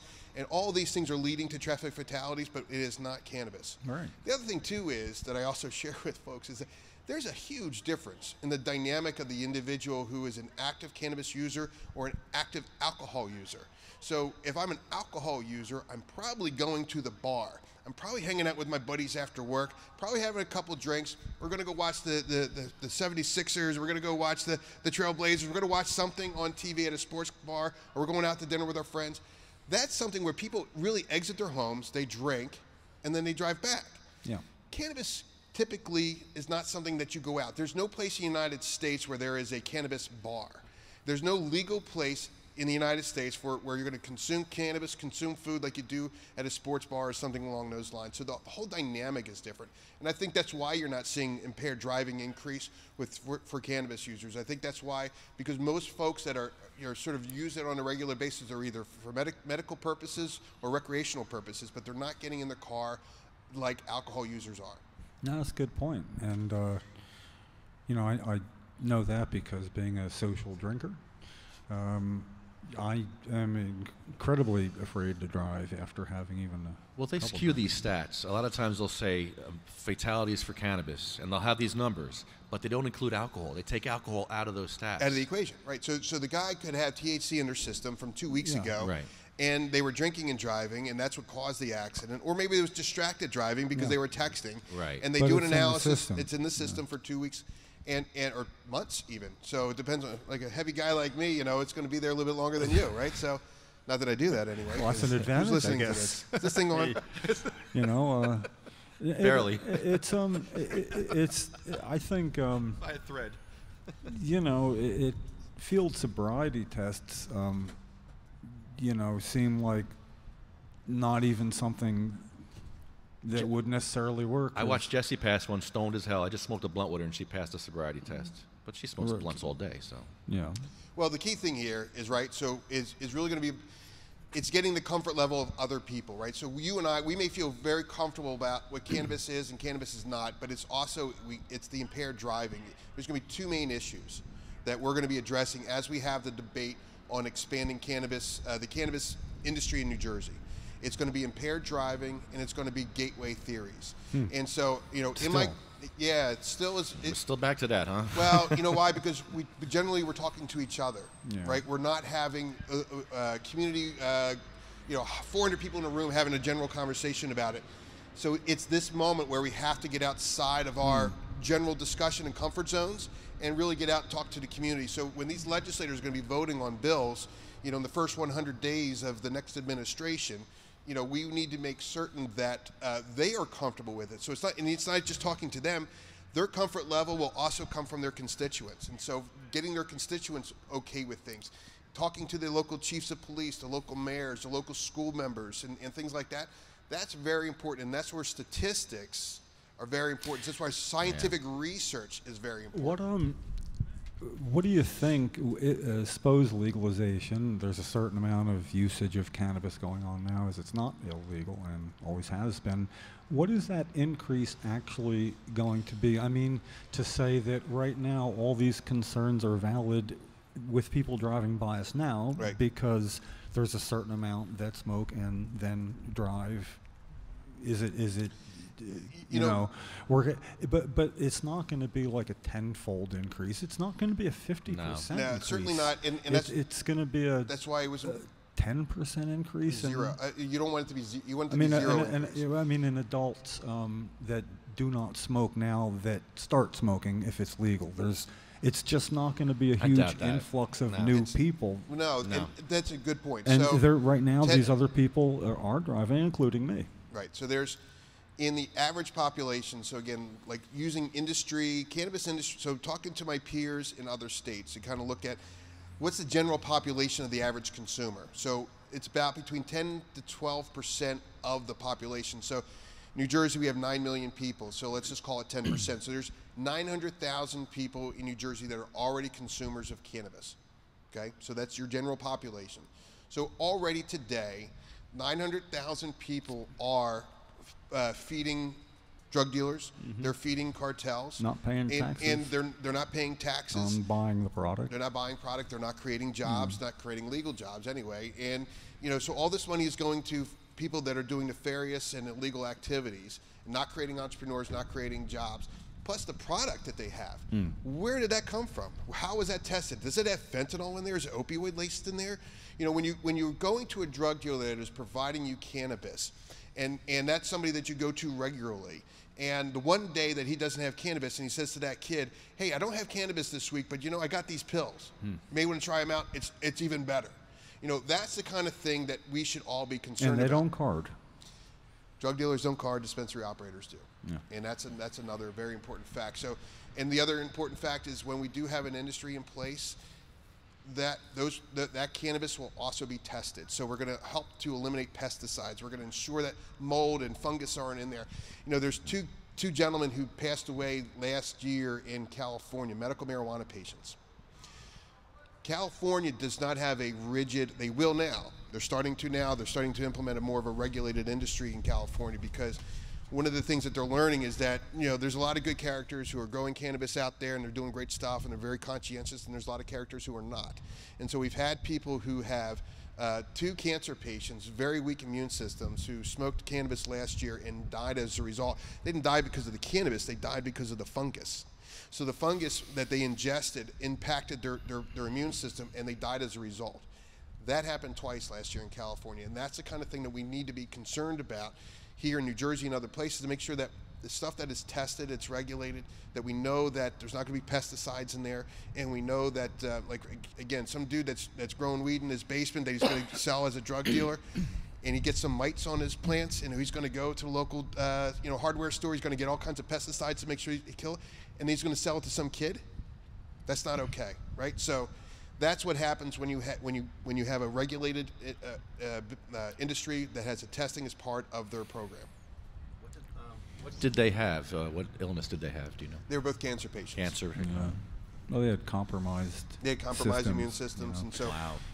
And now, for people who would hope that, I think everybody, at least I've tried to hope everybody's accepted the fact that, okay, it's looking like legalization, very realistic, not home grow this time around, and I'm trying to say, okay, if this is the way it's going, I want to put my energy into things that I can be effective with to a degree, but I agree with everybody else that I have hopes that perhaps if patients had a home grow provision, registered medical marijuana patients, much like was in the Senate law passed on the floor, out of committee and on the floor in 2009. I've been kind of hoping that the disappointment among many of our colleagues, peers, I don't know, are a herd of cats that kind of follows and kind of helps and kind of doesn't. No, I'm just saying. No, they're the grassroots. They're the power. They started the whole process. I think patients, I believe there's a possibility that, not saying it would be done in the same law, but even by realization that it's going to look really hard that patients that heard about this for the last year really did have their hopes up that, well, if we couldn't get it for patients, at least every other state has home. Well, we're not every other state, and it's not going to happen that way. But for patients, I'm hoping, and then they could be. We're screwed. Well, they could be looked at. And a way to point to, well, we're going to look at it for patients, and we can see how that goes. And in the future, it's the way to put things off more reasonably, I think, for the future. Yeah, and I think here's the discussions, and I talked about this at length in the very beginning of this debate. I don't think, generally speaking, notionally speaking, Budweiser doesn't care if you brew your beer at home, right? Starbucks doesn't really care if you're brewing your coffee at home. They know that eventually you're going to go to their stores because it's much more convenient. Right. So a lot of people that like home grow as an idea, too, in practice, it's a stinky plant. Yeah, it's a stinky plant. I mean, I love. I should say I love the smell. Did I say I love the smell? Is my mom listening to this? But it is a pungent plant. So I don't know how many people in actual practice would go like, yeah, I'm going to have like 9 plants in my house because your whole house is going to smell like cannabis. So that being said, one of the things I think to get the yes votes here in New Jersey, in Trenton, is that not be on the list. And it's not because there's oh my gosh, we can't, it's a big cannabis thing and we don't want, corporate cannabis doesn't want this to happen. It's about getting as many yes votes as possible. And that yes vote comes with comfort. I need to be comfortable with this. And so when out in Colorado, just this past summer, there were 70 some odd people who were arrested. And they were home growing, they had a cooperative, and it was the federal government came down and picked, in coordination with local law enforcement, came in and picked them up, and you had 70 some odd people arrested. I think as long as there's Schedule 1 going on, until that's rectified, I think it's going to be really hard for not just New Jersey and other states that are going to come online on the adult use side to do that because of the crackdown that's going on in other states. And also the key objective as we're selling this to legislators is that we want to dry up the black market, not exacerbate it. Yeah. And I think that's part of it. Is Colorado a good model for that as well? I really don't know. The truth I'm is, more learning than giving right now. There's still revenue in Colorado. They're doing amazing revenue. Amazing revenue. Didn't hurt the state. It's not hurting the state. Home grow does not, again, it's not the impact on the industry. Colorado had So last year, 2016, Colorado had $1.3 billion in retail sales. That's retail sales.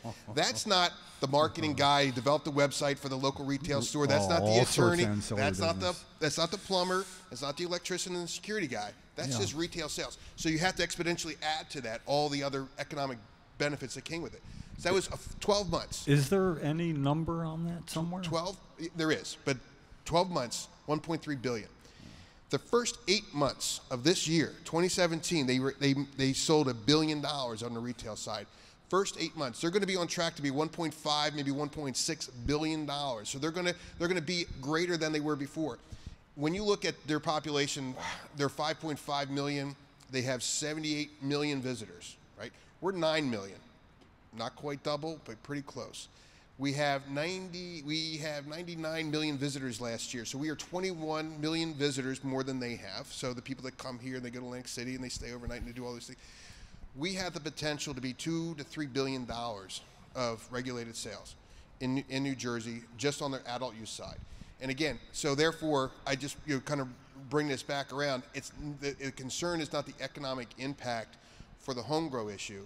It's the Schedule 1 at the federal level and getting the yes votes here at the state house. That's where that becomes an issue. But going back to your other point, there's a strong argument to be made on home grow for medical patients. There's a lot of, whether it's an economic issue or talking to a concerned parent that we all know, talking to that concerned parent, there's only one strain that helps his child because she has a seizure disorder and autism. So there's one strain, and why should this person be subject to the whims of the industry to get the medication for his child when he could be able to do this at home? So there's a strong argument to be made on that side because that is something that, when it comes down to medical, even the feds, even Jeff Sessions is a little wobbly, a little weak in the knees when it comes to that, and particularly if we're talking about a child with significant issues. It's affordability in most cases, I think, and there's good points to be made that, well, many patients can't do this for themselves, so, if there was patient transfer provisions of some sort, much like dispensaries would like to have the ability, I believe, to do that, or there's a bill that's just not going anywhere right now, I think, that says that. But it makes sense, and like you're saying, for patients, people get a little more realistic about what might need to be done, because there's just so many that cannot afford their medicine. Absolutely. A black market, legal market, anything. Look, I went to Breakwater last week, and there was a line, about 15 people in front of me, which has never happened before, and they were sold out of the strain that I wanted. And that's because of all these new patients that were added, which I have no, grudge towards that. But the dispensaries can't keep up with the patients that we have right now. How are we going to keep up with the recreational, social use? Yeah, and that's a big concern, and I've shared that with legislators. I've shared, obviously, clearly with our own membership at the New Jersey Cannabis Business Association.com, and 609-257. Go for it, man. Do it. I'll ask you to say it twice. We're going to add you. But that's something that we have to be very cognizant of. As we roll this out, there cannot be any negative impact on the medical patient. Thank you. So when we do this, that's huge. Because there is an effort to, it's in the legislation, Senator Scutari's legislation, to allow the current license holders to sell at the adult use market to sort of kickstart the program. Other states have done it. Nevada, Washington, other states have allowed It gets rid of the sales tax on medical? It gets rid of the sales tax on medical and allows to sell the adult use market, but we have to make certain through legislative process and regulatory process that we don't impact the patient load. That needs to be clear. That is something that is sacrosanct. We cannot touch that in pursuit of the adult market. But what if it does? It can't. So we have to make sure that it doesn't. And I can't tell you exactly how that's going to work. Yeah. You're going to have, and I don't know how that's going to work, but I'll use a scenario that may be an example that whereby, you have a patient load of 3,000 or whatever it is for Breakwater. I don't know what their patient load is, but they have a 3,000 patient load. They need to make sure they have 3,500, a patient load projection. They need to anticipate that and have that as a set aside. And if they start to see going down and there's more on the adult use side, they need to make certain that gets transferred over legally and compliantly, because they will be two separate systems for a period of time. At least that's what's being projected. So you go to Colorado, and you go into one of the grow facilities, and you'll see all the plants. By the way, there's not a medical plant and an adult use plant. It's the same plant. It's all in how it's being regulated and how it's being tracked. Well, let's bust that myth right Yeah, now. I mean, it's a plant, man. And so you'll have like a red tag on the adult use one and a blue tag on the medical one, and it's just on how they're tracking it. Yeah. So that's what I mean. There needs to be a process to make certain that as we kickstart the program, that on the medical side it is not being negatively impacted. Yeah, well, on the medical side, it's really hard to tell where we're going to be this time next year because of all the yesterday being the medical marijuana advisory panel's final vote, sending it to the Department of Health, all the recommendations. The estimate's hard to come by, how many people, but it's not out of the question that it could be somewhere in the 80 to 100,000 people range in a year. Easily. That will be able to get into the program. Arizona has a very robust and regulated medical cannabis industry. And they have like around 5 million people. They have I think they have 125,000 patients, 250,000. They have 250,000 patients. Yeah, so we could go 450 easily. Proportionally. And that will be. That's huge. It'll be huge, and it's important that we allow. It's going to be fast too, though. And you know what else? Relatively, it'll be fast, no matter who wins, actually, because both candidates are very, very supportive of expanding on the medical side. Yeah. But what we're going to see is, as the medical cannabis grows, we're going to see opioid use go down, as we've seen in other states. Man, and talk about you want to really tackle the issue. You really want to tackle the opioid epidemic. You're going to add medical cannabis and adult use cannabis because in both instances, in those states, they go down. Yeah. Overdoses go down. Use That's go down. Our basic math sign over here is opioids plus cannabis equals less addiction and less very overdose simple death. formula. Yeah. And my concern is that we will see that happen, and Reach New Jersey is going to get all the credit. I'm just saying that while they're not dealing with cannabis at all, and while recommendations both in New Jersey and at the federal level ignore the synergistic effect of cannabis, analgesically speaking, with people like opiates. People like you, people like me, people like Lucky. We're gonna make certain that everybody knows where the cause and effect is. We've seen it in other states. Those newspapers are reporting it. Studies, and it's not for the pat on the back. No, it's not about the pat on the back. Just that people need to know where awareness. to go. Yeah, it's education and awareness. Like, for example, I don't envision necessarily. So opioids. Let's talk about a narcotic. You have major back surgery. Cannabis is not really going to help you that first week. Yeah. You know what I mean? You're going to need something pretty strong. So we're not talking about total elimination. We're talking about balance. Yeah. So do I need a 10-day prescription or a 15-day prescription or 5-day prescription? And when we educate the doctors and the nurses out there, where they can make the suggestion. Look, I'm going to give you a 10-day prescription, and here's an alternative for you that you may want to consider. And here's the reasons why. Here's a pamphlet. Read it about medical cannabis and its benefits. At the very least, what we're concerned about is in New Jersey. Well, 5-day prescription is all you get, and that's worse than or lower than 7 in New York, and we are the toughest and all that. But the point is, at some point, they go back and say, "I need more." Okay, and they're going to get more. And they're getting more. But when they need more, at some point, in other words, it's like, okay, 30 days didn't do it. At some point before that, it should trigger into, okay, I'm gonna prescribe more, but you have the option now to have cannabis with it as well, and you may find that not only do you not need more, you may need less. That's what happens so often. Right.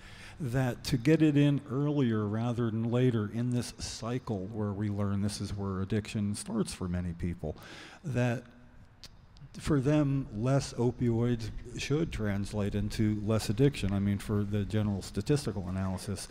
And the American Medical Association findings bore that out in the first 13 states before us that allowed it for pain. Everything points to this is going to should be the biggest thing we have in fighting the opioid crisis. It really is, and if a lot of people get it, it's not just pain management. It's getting off of addiction. People are recognizing that cannabis can be utilized as your off ramp to heroin. We have a petition approved. Absolutely, and I know you. Well, hopefully. It was recommended. If it's approved, we'll see. But we're watching this happen, and it's occurring legally. Yeah. It could occur legally today in New Jersey if you're a medical patient. If you have your own cannabis, you can go through a program that'll help you get off the opioids. We have 2 board members on NewJerseyCannabisAssociation.com, and one of them is a patient, so we have a patient advocate, Rob Crescent, and one of them is a doctor, Dr. Andrew Medvedovsky, who a lot of people know. And some have as their doctor. And some has it. So Rob's story is thus. Rob was an elite athlete. He did Ironmans, he did triathlons, he did the Alcatraz Ironman 11 times, which is the hardest on the planet, and he did it 11 times. Whoa. He was sponsored by major brands like Oakley and Nike and so forth. He was a true athlete and a true Ironman. He gets a bad accident, contracts something called complex regional pain syndrome, CRPS. It is devastating his body, right, today. So he's had this for 7 years. Well, the first group of years, he was on opioids. He was on everything. He was on morphine. He was on these horse pills to take at night. He was on 3,800 milligrams of ibuprofen on top of all of that, just every day, just to deal with his pain. He had liver failure 4 times as a result of that in a 5-year period. And the only reason he knew he had liver failure is when he peed blood and passed out, because he's in so much pain. And the opioids are masking all these issues. He doesn't know that, you and I walk around like, gosh, I had this discomfort. His whole world was discomfort, every moment of every day. So he is now on opioids, and he was addicted, and he meets Dr. Andrew Medvedovsky, and Dr. Medvedovsky takes him off of on a very specific regimen of reducing the opioids and adding cannabis. It took a long time for Rob to get through that program, by the way, which is so offensive. How long? I don't know exactly how long, but a couple months. And yeah, not overnight. Like you and I could go and fake an injury and get an opioid medication within 24 hours, right? So here's a guy with sincere issues that you can just visually see, and it took him a very long time. He's off the opioids now. He's on 100% for his pain mitigation, medical cannabis, and that's a good news story. He's lost weight. He's much more active. But look, his disease is significant, and here's another issue. He had, I probably shouldn't say on the radio, he had recent issues that he needed medical attention for, and he had those issues addressed at a hospital. But even there, they were pushing the opioids for him to use to mitigate his pain, because they wouldn't allow him to use medical cannabis. So he wouldn't take the opioids. He just had to suck it up. I mean, that's one of the things we really got to fix here. I mean, that's part of what we have to address as well, is we shouldn't force these people to use opioids in a hospital because a hospital has a policy that doesn't allow it. That is something we have to address. What hospital? Call them out. I don't even know. I don't know. It wasn't Livingston, because Livingston actually gave my friend his oil and kept it in the pharmacy, his hash oil, in the pharmacy. When he needed it, they brought it up to him. That's excellent. They didn't tell nobody. It was a secret, but they did. Well, you know what? And again, I don't want to get too deep into somebody else's issue, because it's Rob, not mine, and I don't want to do that. But, you know, the reality is, I know he had a lot of compassionate folks there who were trying to be as helpful as they possibly could, but they couldn't cross that line. So as a result of that scenario, he generated a lot of discussion, and hopefully something positive comes out of that. It will. Yeah. Because the compassionate people always win in the end. No. We do. It just takes us time. It takes time, and it does. And it's tenacity. It's compassion and tenacity. Yes, exactly. They're out there. Yeah. And, you know, like I said, there's a lot of good news ahead. Again, this November 7th is a very important election. It's going to change the policy in New Jersey one way or the other. We're looking at an expansion of medical. We're looking at decriminalization, no matter who wins. And if Phil Murphy wins, then we're looking at the adult use market, and that's where you really see the expansion. Yeah. Decrim's going to happen because the 18 to 21-year-olds need protection too. These bills do not protect that little section. No, and I think, again, conversationally with legislators and other influencers in the state, however we are treating alcohol is how we should treat cannabis when it comes to those who are not of age. It should not be that big of a deal. It should not be certainly a felony the way it is today and things like that. So there needs to be some recognition that if we go the route of legalization, adult use legalization, that we need to respect the fact that there are going to be people just like you and I when we were younger. I'm sure. I'm not saying that you did, Luck, but you probably had a beer before you were 21. Maybe. And I'm not putting you on the spot, but I'm going to guess that. I think I was 20. But it came first in my. I used cannabis first. That was my gateway drug, beer. Cannabis before tobacco, actually, too. Is that right? I smoked tobacco. I'm like, who would smoke tobacco after you could smoke weed? I'm like, weed's so much better. Like, and healthier. But you didn't smoke before you had alcohol, did you? I smoked cannabis before alcohol, too. You are skewing my statistics. You're ruining it for everybody. Really? No, but for the majority, you never follow the majority anyway. So yeah. Here's another fun fact. Barack Obama is not president of the United States if he ever got caught. Bill Clinton's not president of the United States if he ever got caught. Yep. Certainly George Bush wouldn't be president of the United States. You got one? Yeah. So we have these three pillars. However you feel politically, I'm just saying the three pillars of our elected world. Our past three presidents never would have been president had they ever gotten busted. And so let's treat cannabis for what it is, which is a relatively safe plant that should have some levels of restrictions. Again, shouldn't be impaired in drive and things like that. And we want to keep it out of the hands of kids unless it's under the care of a doctor. So there's certain things we want to make sure, because the kids have developing brains, and that's why, look at them. Before you leave, I'm going to take you off subject. Sure. That's another issue of mine. Okay. And you see the problem here in Trenton, right across the street here, all of these buildings here. One of my issues is wheelchair access for people in wheelchairs. Right. If we can fix the problem here in Trenton, we can fix it anywhere. What can we do here in Trenton to fix this issue? There's steps everywhere here in Trenton, going down, going up. Any suggestions? Just picking your brain here. Yeah, I never had to. I was a local mayor, so I don't really have. We didn't have these issues in my town the way that they are here. These buildings, the way that they're designed, because they're all adjacent. I'm just looking at it now. I mean, there's certain things you could do to provide wheelchair access that is relatively inexpensive, but I think the way that these things look, it's like all of a sudden you're getting to like $100,000, and that presents a challenge. And I don't know I don't have a good solution for it other than everybody should have access. And we know that to be true. So how do you make non-compliant buildings compliant that are that old? Well, it's a challenge. Yeah, it really is. And wheelchair. I mean, elevators and things like that too. I mean, we're talking access to multiple floors. Yeah. I'll give you an example of a real-world scenario, and I won't mention names either, but we all know a doctor who is expanding his practices, and he was looking at an option. It was the third floor of a building. It was a beautiful building in a great location, but it was third floor. Well, a lot of his patients are certainly not going to be able to make it to the third floor unless there's an elevator. So he had to find a different location, and it's that type of thing where we need to make sure we have access to as many places as possible. But I don't have a solution for that off the top of my head. It's never going to be complete. I think when the buildings come down, new compliance issues come up. But I know a major part of your campaign is public access to public places, right? Oh yeah, especially that. Yeah. So I see that in a major part of your campaign. I follow you on Facebook, so I know that makes sense to me. I should be able to see my senator or assembly member or mayor, or be able to go to a rec center or a library or whatever the public access is. Should be available for everybody. There should be no exception for that. Right. Absolutely. No excuses either. No excuses.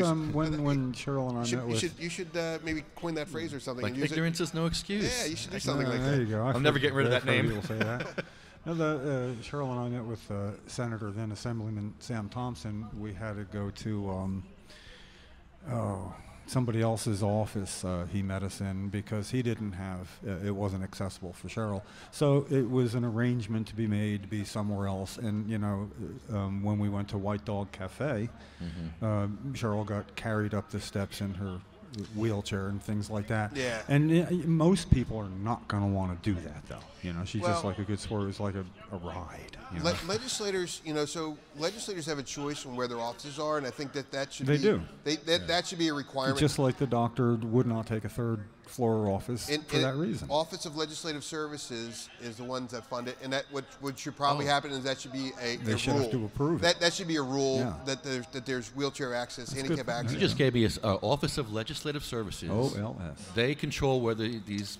They facilitate how the payment, the money. But I think that could be a rule. That's something that could be a rule. I think that maybe that's an angle for you. That's a great. And so when your lease is up, so you're a legislator in district whatever, and your lease is up. If you're not in a handicap compliant location, then you should be able. I know when his light bulb goes on, and it's. You just got me going. For $500 an hour, I'm really talented. Thank you. Helpful. Yeah. Hey guys, really. Awesome talking to you. I do got to run. Okay. Good to see you again. All right. Thank you so much, man. One more thing, real quick. Sure. What you said about the presidents wouldn't have been elected. God bless her, Cheryl, took on Bill Clinton that time when we knew he was coming up 16th Avenue from the tidal basin. Oh, and yeah. It was 20 years ago, almost coming up on the day, actually. And, the good activist that I was even 20 years ago, she had her sign in her wheelchair, medical marijuana for multiple sclerosis.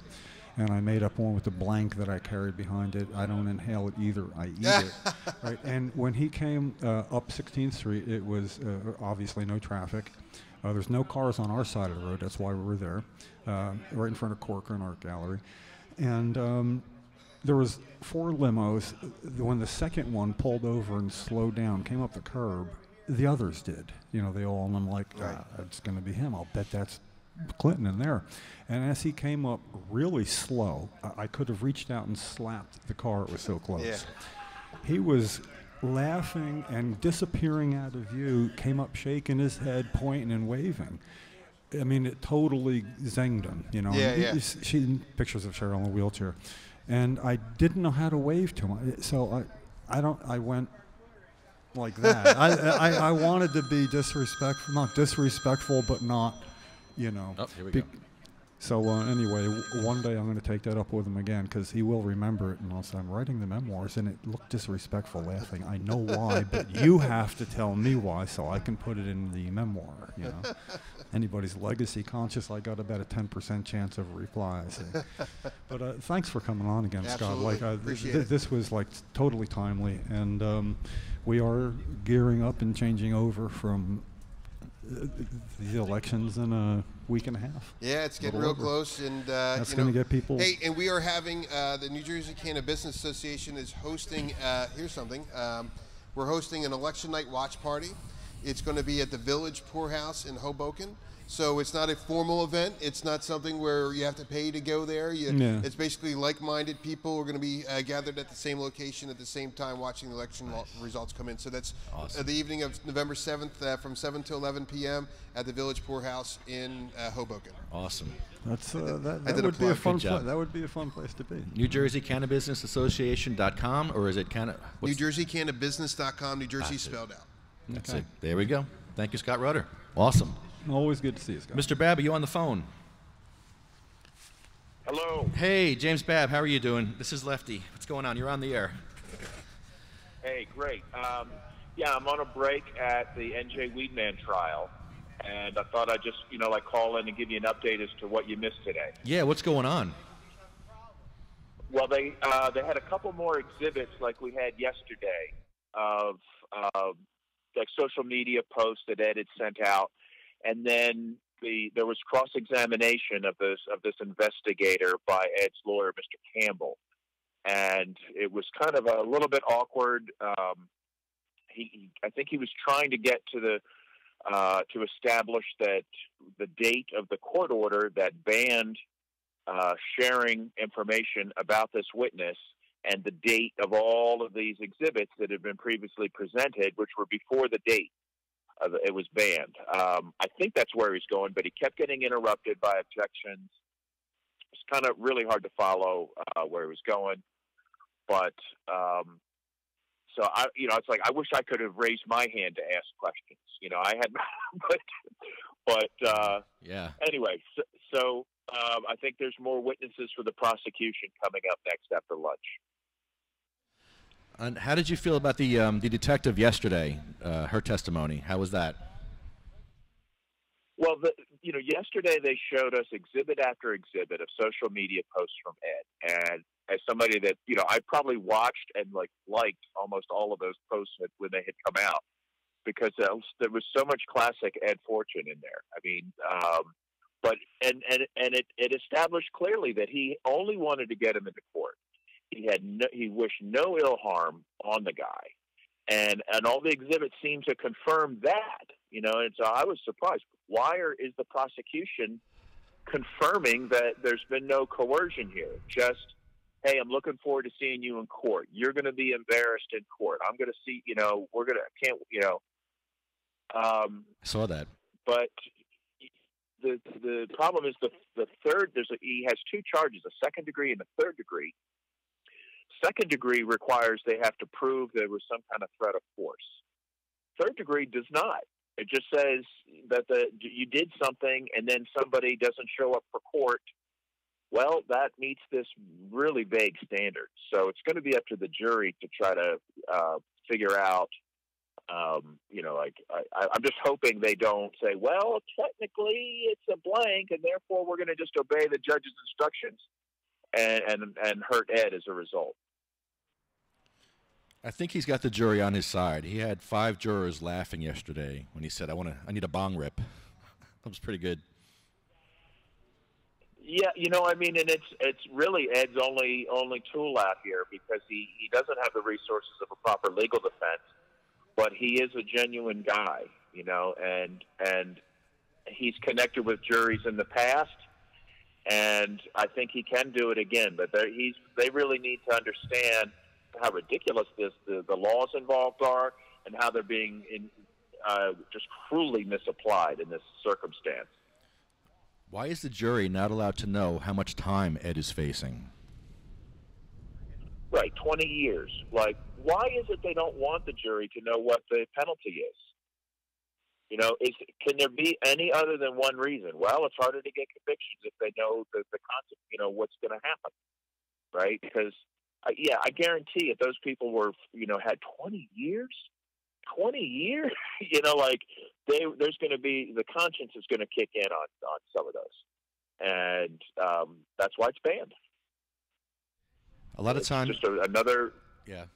Anyway. Yeah, a lot of times you see these jurors. They're after a case is over. They're like, "Oh, I'm sorry. I didn't realize how much time he was facing. I made the wrong decision." And it's always after the fact, though. Right. Well, it's really a terrible position to put a juror in, because they have there's all these consequences, but yet this entire structure is built around keeping them in the dark. I mean, every trial I've observed is the prosecution isn't really trying to make a case as much as it is trying to just limit to a narrow focus anything the jury gets to hear, and block anything that's going to help the defense. Just get it blocked. Doesn't matter how. Get it blocked. Keep them in the dark. This is not the honest pursuit of truth where we're used to seeing in the movies and television when it comes to the justice system. It's like they're not looking for truth; they're looking for a conviction, and they've got practice doing it. So imagine doing that to a juror. We've kept you in the dark for a week. We've made you sit here and not away from your job and family. And now we've tricked you into convicting a good man, but we needed you to justify our tyranny. So thanks for helping. I mean, it's a terrible thing to do to a jury. What I saw that was shocking to me, and I think you were shocked by this also, is when the jury left the room, they would run over to Ed real quick and shackle him up with all these chains so he couldn't move. Have you ever seen that before in a case? I have not, but, I guess this situation is normal, and I was told that this is normal in this circumstance to shackle a man like this, presumed innocent man, fighting for his life against enormous odds. A power imbalance is magnitudes difference between the two. But yet they feel, well, you know what? They know they can't keep the cuffs on him when the jury's there, but they're still willing to put handcuffs on him, like before the jury arrives or when they're out or during breaks, just to what? Just to do this. It's like a weird ritual, a weird dominant, like I'm dominant, you're submissive ritual. It's just horrifying to see men being treated like that by other men. I found that very disturbing. Yeah, you did mention that yesterday. How it's very authoritarianism. There's you're sitting in pews like the old school churches. It's very strange. Yeah, but it's we also just discussed this Stanford prison experiment. And this is basically the Stanford prison experiment just left running indefinitely. These people had their own sort of world of of people that they think that they get to abuse just on a daily basis, and they do it, and they don't even think twice about it. And I'm sure they joke about it, with their buddies over beers, or tell their wife about, ooh, I stopped this guy from filming, and yeah, that guy, he wanted to sit on the right, but I made him sit on the left. I don't know what, how these people live with themselves. Yeah, they were busting Patrick's chops yesterday about filming, and some people went online and actually threatened him, saying, "Oh, you have the shoulder of a juror, and we're going to put you in jail for filming a shoulder of a juror." I never heard such crap. Whatever. Yeah, right? It's like these.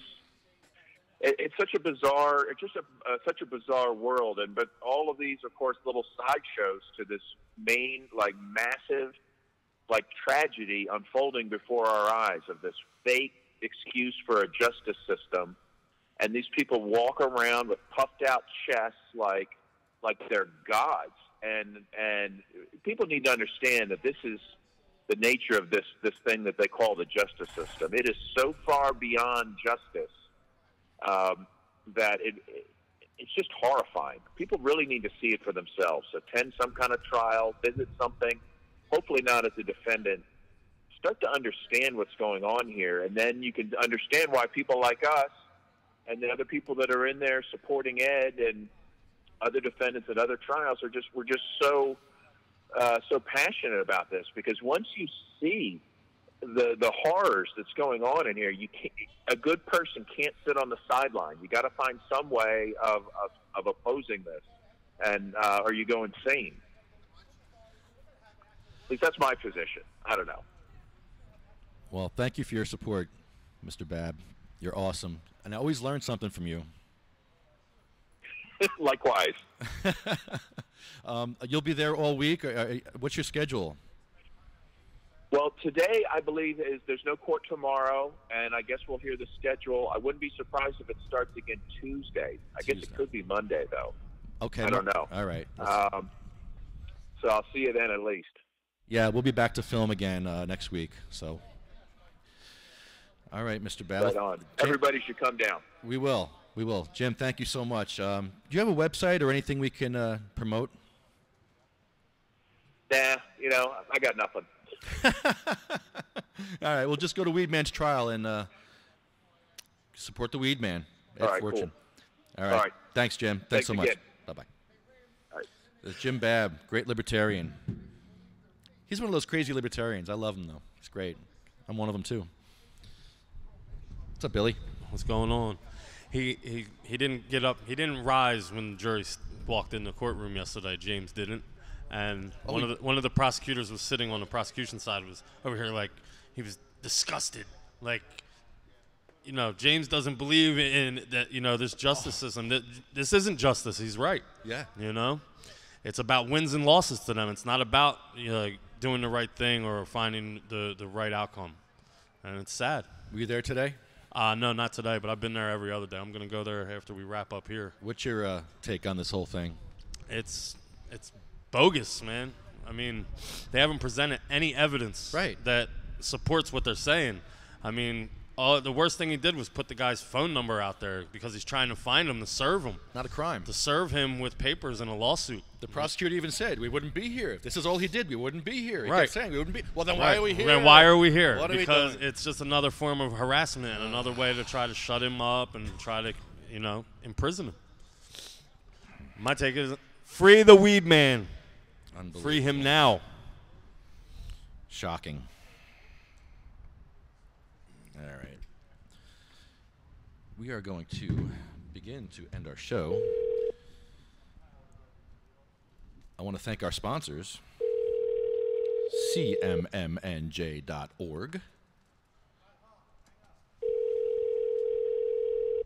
sativacross.com,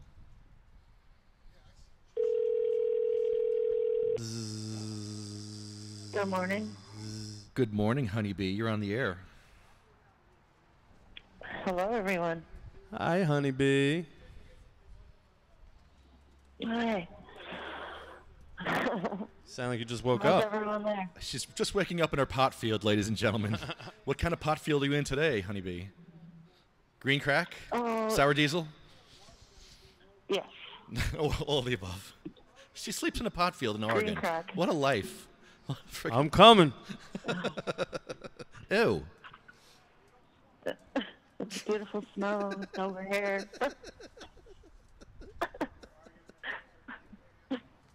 Oh, boy. Oh. Well, today was a good day. What's going on? We had some good guests here. Oh, really? And we didn't get to interview my friend over here. You got something to say? Grab a mic. Grab a mic. Who are you? Hey, and what's up, Lefty? Who are you and what are you doing here? Hey, my name is Ismael. What's going on, buddy? I'm just good to see you. We haven't seen you in passing by. I haven't seen you in a while. And you're a patient here in New Jersey. Yes. You're a cannabis patient. Yes. And what was your story? You were on opiates too, I think, for a while. I right? was. Yeah. Yes, I was in opiates for a while. Horrible. But now I'm just, hanging low. I'm smoking and just chilling. Nice. Other than that, I draw. I have my business. I do art. Yeah. And what's your business? What are you doing? I do portraits. Okay. I do portraits and landscapes. How do people get in touch with you when they want to? He's an incredible painter. Pass off. Yeah, Oil. I have my website. And, What's your website? powerinart.com. Powerinart.com. Yes. Okay. And if we go there? What do we find? We find your artwork up there. Yes, you find my artwork. Nice. How to contact me and everything. Oh. Yeah. Let's go check it out. It's hard to host and produce at the same time, so I will try though. It's good. You have to go on my Facebook page. You're talented, though. I think I've seen some of your stuff. Was it called Power in Art? Yeah, you have to go into my Facebook page. Oh, it's on Facebook. Yeah. Oh, okay. Is it HOU or POW? You were in the service? Yeah. Yes, I was. Yeah, I'm a veteran. Did you serve over in the war, or were you? Yeah, I was in Desert Storm. Desert Storm. Yeah. Oh man, that's a tough one. Oof. Yeah. What did you? So what did you get stuck with when you came home? I know you got all kinds of. PTSD. Yeah. I wasn't injured or anything, but Well, you have. You showed me on your hands before. Yeah, it's kind of like dry. It's dry. What's it called? Desert Storm Syndrome or something? It's like a Desert Storm Syndrome. Syndrome, yeah. It's like you get dry hands. And Yeah. Skin and I try to take care of them, but it's still they get dry. What scares me is that they use uranium-tipped bullets over there. Did you have to use uranium bullets over there while you were there? You did. Yeah. Was that make you nervous at all using that? Because I'd be nervous. Yeah. Yeah. I mean, it was. We were stuck in the desert for a while. Yeah. It was like so when we went in, it was hell. Yeah, I can imagine. Oh my God. So I'm still having nightmares about it. I bet. So and I don't even want to talk about it. That's how. Gotcha. Is it? I'm just curious about the. What are they? Not Iranian bullets. Plutonium bullets. Uranium. Uranium bullets. Yeah. Iranian uranium. Why? What? Were they coming out of the regular? They size have AR? a huge storage of uranium that they need to get rid of, and by putting them in the bullets, they get rid of this stockpile of uranium. And uranium bullets go through tanks better. They go through your body better. They work better. That's what attracted me right away. Yes, What would you use of uranium to build it is like They improve harder it. than hard. But you're gonna get all cancer on your fingers for touching them now. Exactly. Really? Exactly. Did you hear about the new pig bomb? A new Where they take a stick of dynamite and shove it up a pig's asshole. Oh, gee. Okay. All right. That's enough. And they push him out of an airplane flying over. What? No. All right. That's it. I'm shutting. All right. I'm shutting you down. I gotta shut that down, Danny. That does not happen in the United States. They don't do that. That's no. It's just military talk. Just military talk. Why, Danny? Why? Oh, I shut the wrong. Oh my God! I shut the wrong mic off. Oh my God! I should have. I shut off. Oh my God, you got me so upset. I shut off the wrong mic. I shut off our guest's mic, and I left Danny's on.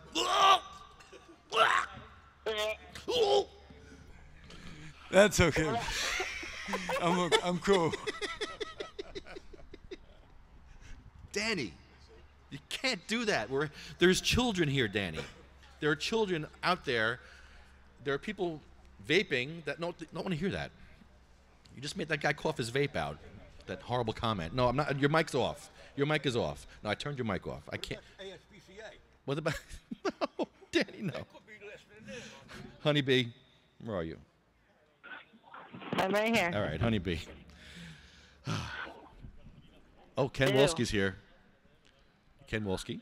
Hi. Hi, Ken. Hi, Ken. I'm just thanking Ken right now. I'm thanking cmmnj.org. And look at Ken in his bow tie. He's rocking the bow tie. Yes. Fancy. He's a fancy guy. Eric's here. Rose is here. Brian's here. Got a lot of people here. It's chilly. Hey, Eric. Hi, Eric. What's up, dude? Hey, everybody. Hey, Honeybee. How you doing? I'm good. How are you? I'm all right. It's cold today. Oh, is it? How things going, Lefty?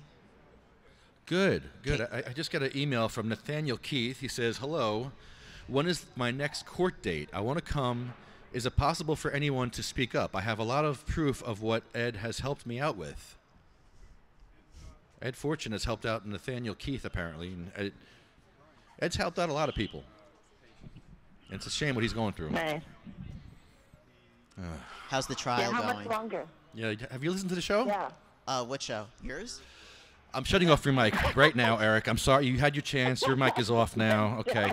SativaCross.com, cmmnj.org, New Jersey Weed Band. Okay, your mic's back on. What do you mean, you? We just spent 3 hours talking about Ed and the court Oh, date. sorry, I missed it. I wish Yeah. All right, well, what's a really small minute synopsis? He's getting screwed by the system. Yeah. But the trial is ongoing now, right? It's going. They're on break right now. James Babb is there. James Babb just called in with some great information. Okay. He's really good. Patrick Duff called in also. He was good. Scott Rudder was here. And it's a good show. And now we got Honeybee on the line, who just wakes up in a pot field every Thursday for us. Yes. Yes. What you I smoking? do. What are you smoking on today, Honeybee? While we're suffering here in New Jersey, what are you smoking on socially in Oregon? Oh, whatever. Everything. Oh, whatever. Yeah. Crumble, wax, moon rocks. Less than 2 weeks till we elect our new governor. Yay. Flowers, medibles. Medibles. Medibles made with my magical butter machine. Hold on, Ken. Did you want to add anything while we're? We got Ken Wolski here, ladies and gentlemen, our CFO or CEO of. No, not the CEO. Executive Director of the Coalition for Medical Marijuana in New Jersey. Thank you so 501c3. Blah blah blah. Yeah, we are a 501c3 nonprofit educational organization recognized by the federal government, and we're a public charity in New Jersey too. So donations to CMMNJ are income tax deductible. And makes you a good person too. That bow tie is great. His bow tie has pot leaves all over it. I didn't even notice that. Has marijuana leaves on the bow tie, yes. One of the sheriff's officers today complimented me on my bow tie. It's beautiful. Did he really? Yeah, when I was going into the Weedman's trial. Anything to report in about that? Well, the trial's ongoing. It's about in its second day of testimony now. And let's see, they had one witness was examined and cross-examined, and I think they established pretty much that whatever letters Ed Forchion sent were sent prior to the restraining order that was signed by the judge. So, hopefully the jury will see that there really is nothing to these charges. What the jury doesn't know is that Ed Forchion is facing 20 years in prison for witness intimidation, and the state is very serious about pursuing this case against him, and we just hope that that justice is going to prevail on this, and that Weedman will have the charges dismissed and be found not guilty. Why don't of they this. know he's facing 20 years? Well, because typically the jurors are not told. The jurors are not told what the penalty is going to be. That's why John Petito, when he was facing 30 years in prison for growing 17 plants, the jurors never knew that. They were asked to find out, did he grow the plants or did he not grow the plant? Not why did he grow them, or what the penalty is possibly going to be for growing these plants. So. After John Petito's case, did any jurors apologize afterwards and say, "I'm sorry, I didn't know he was facing all this time"? Or no? I don't remember, but jurors have done that in the past. They have. They have, yeah. In other cases, where they said, "Oh my God, I had no idea that this was what I was sentencing him to. Yeah. I had no idea that some of the things that were involved in this case were not allowed to be discussed." That's when jurors get pissed. That's when they jurors find get that pissed. out. Yeah. What was withheld. Like with John Wilson, up in Somerset They were, County. there were some that were not happy with finding out that. Yeah, right. He was not allowed to tell the jurors, or at least to present a robust defense of the fact that he was growing this marijuana to treat the symptoms of his multiple sclerosis at the very time when New Jersey was considering adding having multiple sclerosis a qualifying condition for marijuana therapy. He was not allowed to give that information. He had a neurologist signed up to tell him exactly how marijuana was going to help, and the judge would not allow him to They present that wouldn't information. even allow him to say he was sick. Right. At all. Right. Yeah. And at all. Yeah. The prosecutor said at the time, "What difference does it make if he had multiple sclerosis? If he robbed the bank and had multiple sclerosis, he still robbed the bank." So that was the justification for. Is robbing banks therapeutic? Because let's all do that. I'm ready. I feel like shit today. Well, it did get through to the jury a little bit. I'm pretty proud of that sign. It went better than Weedman's thing. When the jury pool was coming in, the metal detector was right inside the door, so they piled up outside the door, and we were the only show in town, and it had a sign that said, "Shh, the jury, they're not supposed to, nobody, John can't say he's a medical marijuana patient," and whatever. So everybody that walked in could see the signs, and I believe, in fact, people could hear an argument from the chambers. "He's sick, don't you understand?" That it was somebody, a juror got very vehement about it. There were a number of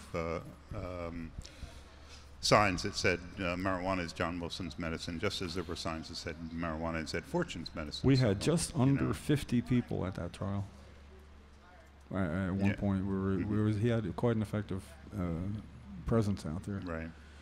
So anyway, we hope the best for Weedman. The trial is probably going to go into next week, because of the delays. So Lefty, you were filming that, and what happened with the filming? I got good stuff. They said I couldn't film the jury, which is fine, but they also give us weird restrictions, like I couldn't film the judge or the bailiffs, and they're constantly walking into my shot. So what do? I tried to edit as best I could, but I got the guidelines from the Supreme Court about filming in court, and it doesn't say anything about prosecutors or anything being protected. So.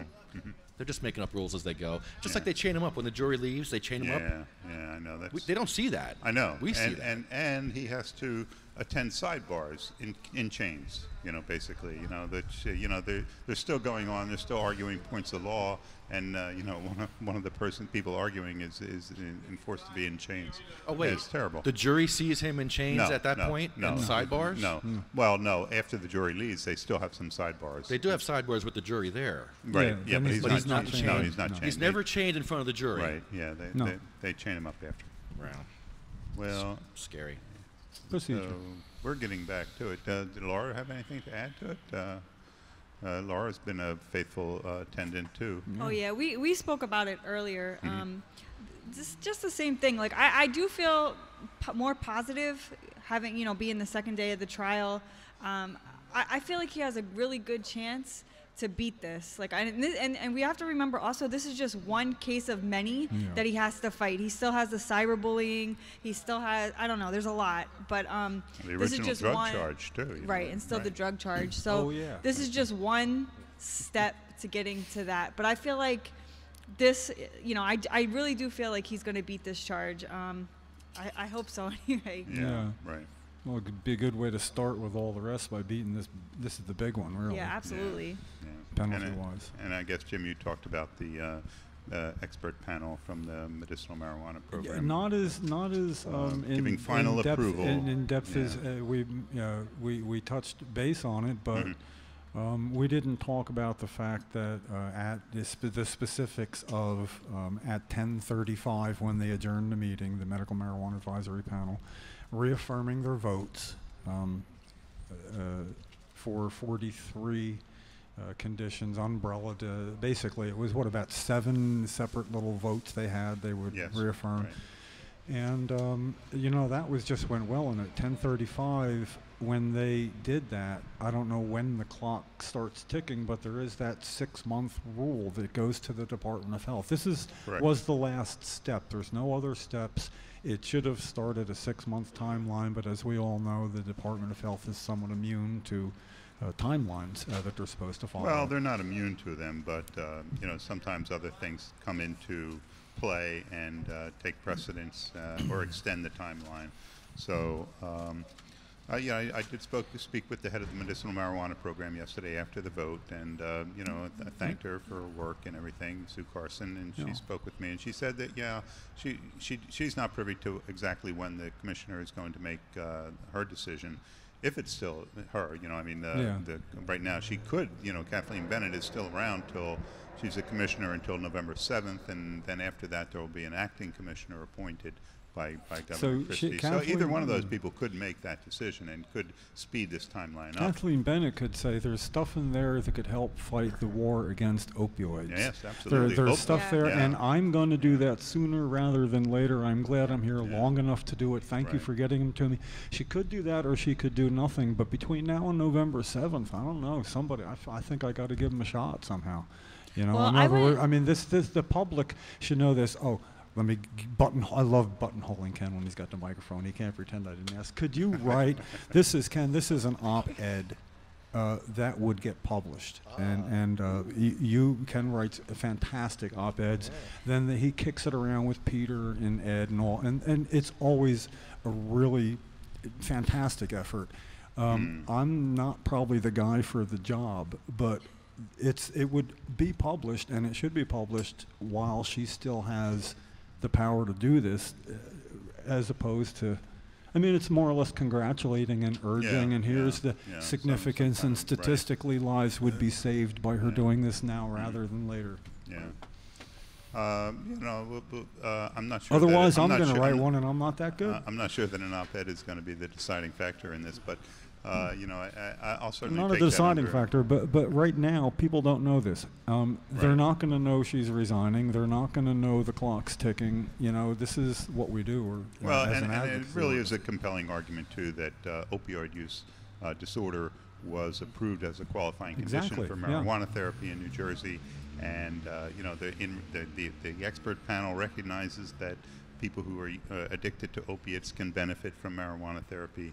And marijuana can be an exit drug for these people, and it can help with the withdrawal symptoms, and it can help with the substituting, for other opiates. So says the expert there's panel. some very, very compelling reasons for moving quickly on this. So thank you, Jim. I'll work on that.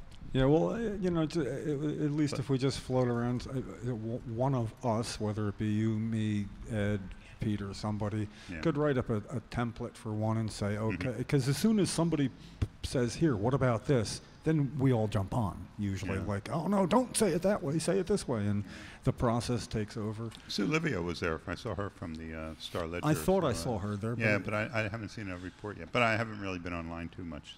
I gave a quick look, but not, that was yesterday, last night. I didn't look today. Yeah.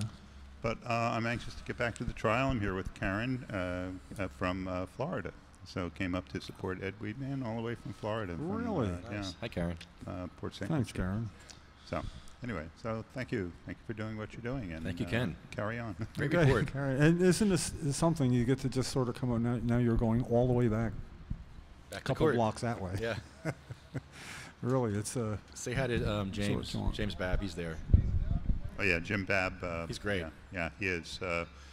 He's a yes. I hope I invited him on to CMM and JTV. I think we did a Skype conference with him once before. But you know, should get him in. He's got a lot to say about jury nullification, about the education of jurors, and you know, about the unfairness of the criminal justice system in America today. So you know, he's a very articulate gentleman, and I hope to hear more from Jim Babb. Thank you. Thank you, Ken Wolski. Ken Wolski. From cmmnj.org. It's the reason why you can all smoke weed out here. All right, it's starting to rain, so we're going to finish this up here.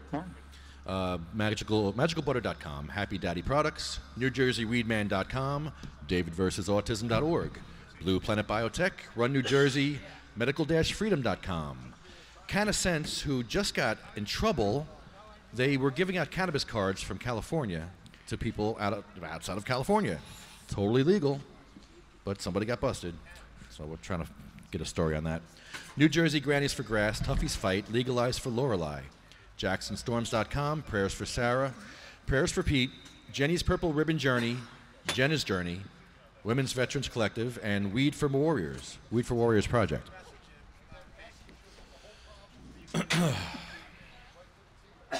And as we start our list, the rain comes down. And we're not going to rush the list, so deal with it. Deal with the cold rain because... Well, it's good. It's just supposed to be a short storm, according to the map, so we should be all right. We want you to feel like crap inside and out today. Well, we have our help wrapping up, so when we get to it, we'll get to it. What's that? Honeybee? I was going to say, at least you're alive. At least you're alive to feel the rain. At least we're alive. The list of people aren't even here. That's true, Honeybee. Like Cheryl Miller, the reason why Jim is still here is because of Cheryl Miller. He's still fighting. Yeah. Jim ain't going to give up. Because Cheryl never gave up, so why should Jim give up? Why should we give up? Cheryl gave up, and she didn't give up, and she fought from a bed with her head, with nothing else but her head. Yeah, if you're going to give up, you better bring in 100 people to take your place before you go, or otherwise you can't go. You know, if you have a purpose to serve. It's like being drafted and sentenced or whatever. If there's anything to give up, it's marijuana prohibition. Yeah. That's the thing that we need to give up, this whole country. Yeah, come with a better reason. If Cheryl Miller can show up with muscular sclerosis in a bed, just moving her head, you better have a better excuse for that why you're not showing up. Yeah. A lot of 20 years ago stuff going on, so it's been that long, you know. The end of October, we were about ready to go to Washington for Cheryl's first trip to D.C., where we confronted Bill Clinton as he rode by and made him laugh harder than I've ever seen Bill Clinton laugh before. Are you kidding? No, What Bill Clinton, when he was president? well, yeah, the short version is, because I'll give a short story each time. We were there with other people, part of a group, and we got separated from the herd, and I thought, well, let's just go over to the White House and take a look, you know, because we're sightseers. And police officer said we weren't allowed there. I thought it was because of our medical marijuana for multiple sclerosis sign taped to Cheryl's legs, you know, the knees to the feet. And he said it wasn't that. It wasn't that. That the president was coming back from wherever he was in a motorcade up 16th Avenue from the tidal basin. And once he told me that, we walked away down towards where he was coming, set up on the side of the road where there's no parking, there's no cars, traffic's already stopped. We're waiting for the little motorcade coming back, and I pulled out a blank sign from behind that and wrote on it, "I don't inhale it either, I eat it," because that's what he said, you know. "Oh, I tried it once, I didn't like it, I didn't inhale it, and I never did it again." So I did that, and I held it over Cheryl's head, and sure enough comes a bunch of motorcycles with their lights on this deserted 5-lane wide road. And as they come up, there's 4 limousines. The second one pulls right over to the curbside. I mean, is about 4 feet from the curb tops, and we are on the curb. You know, there's no cars there. So they slow down too, and it was slowing down, and I can see for maybe 10, 12 seconds it was going so slow. There's Bill Clinton in the back seat by himself, 2 guys in the front seat, and he's pointing and waving, and then hands up over his head, out of sight, laughing, back up like he was doing the wave. You know how people do that? It looked like that as he goes by. Because we zinged him. So what happened is I didn't know, do I not wave? Do I wave? Do I not? This is the president. So I wanted to wave, but I didn't want it to look like dignified, so I went like this. I went like toodaloo or something, you know, to the president of the United States while he is going by. Yeah. And so now what I'm going to do 20 years later is I've got a copy of my memoirs. I've written this up, this part, but that it pertains to him. I want to be fair and take it to his Harlem office. He's got an office in Harlem still. And say, I just wanted him to review this before this goes to print, because if it's unfair or untrue, I'd like to be advised. So the way it looks, okay, it might be a special copy of my memoir that kind of makes it look like he was being disrespectful, laughing that hard. There she is sitting in a wheelchair, little dog on her lap, her little doggy on her lap, and he's laughing so hard that, you know, all I want him to do is say, no, you really zinged me good. It was just, it caught me by surprise. I didn't mean any disrespect. Thank you, sir. And then I can put that into the memoir, and that sucker will take off, man. Got a comment by the president, you know. People will start reading that crap then, you know. Oh, man. And I'll get it into a women's magazine and make $800 to $1,200. That's it. That's never going to be it. No, it isn't.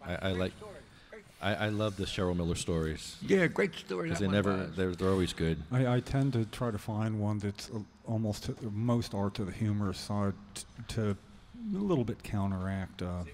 Here we go, you know, because. Why? What's the matter? I'm just going to talk about a dead baby named Sabina Rose next. What's the matter with that? What's wrong with a dead baby? Yeah. What's wrong with a 15-month-old baby that died waiting for her cannabis? Something wrong with that? On December 2nd, 2012, by the way. Is something not wrong with that? Yeah. That's the real question. Did you ever think of that, though? I mean, we think of Sabina Rose as a 15-month-old baby. It's coming up to, she would have been 5 years old on December 2nd. Would have been her 5th birthday. Wow. You know, you got to realize that to get the full effect, you know. Diane Ripatella, Gracie, Cindy Mae, Marie, Little Jack, Joan Ford is William's mom. She wrote a book about epilepsy, about her struggles in the 40s and 50s. Brandy Robertson. How is William? William is doing better. I spoke to him a few days ago. We need to get him up here for Thanksgiving. You got to work on that. Yeah. That'd be great. He before his stroke, I'm telling you, out of our first 80 podcasts, he probably didn't miss 6 or 7. No, he was always here. So it's a shame that he's sick now.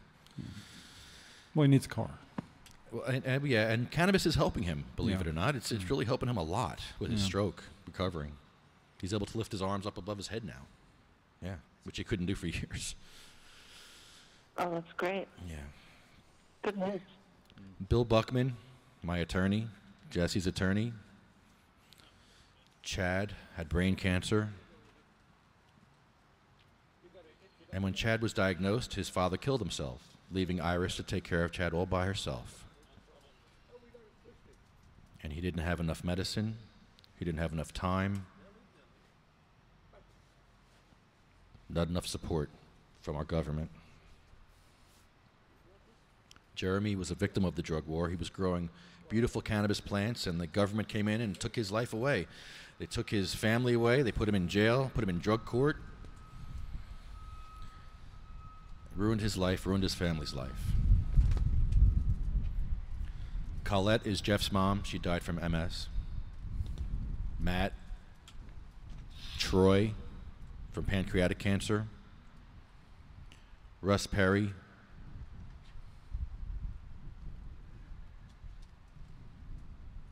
Next week we're going to make a phone call, because we're going to call again off the air one more time, and then we're going to call Senator Cruz Perez to find out about Roger Barber's daughter, because Roger Barber's on our list because he's dead. His daughter is still alive, and we can still help her. We get her back into the Lark school. She's not in school anymore because her mom, Laura, could not continue to make the daily trip there to give her a sip of liquid because the nurse can't. She's a single mom. She can't. How could she do that? And the nurse is not allowed until a bill that's been authored and sponsored by Senator Cruz Perez languishes in committee. Somebody needs to stick up for it. She's already lost the right to what her best education possible under the circumstances this year. It's as if they've just forgotten about her, and that is unacceptable. So let's call them on air. Let's call. I'm ready. One more time between now and then, and let them know we are going to call you on air, and it's being discussed. It's time. And Laura would like a meeting, and she would. So Roger Barber, J. Oleto, Ella Bagelman, brain cancer, Hattie Koshel,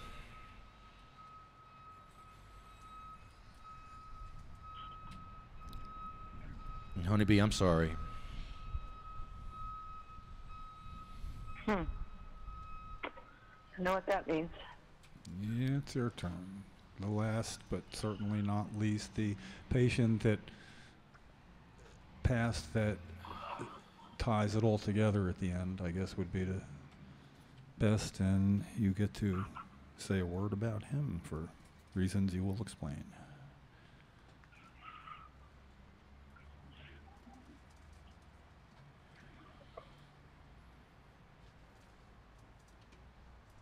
Wow.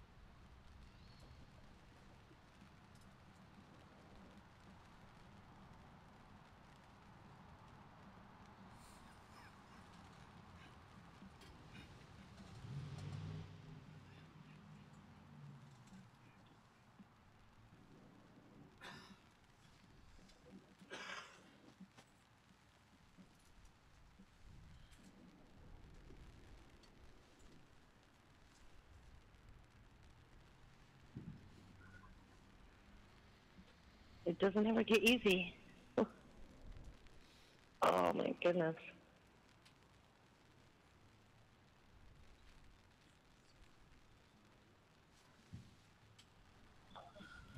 Really sorry that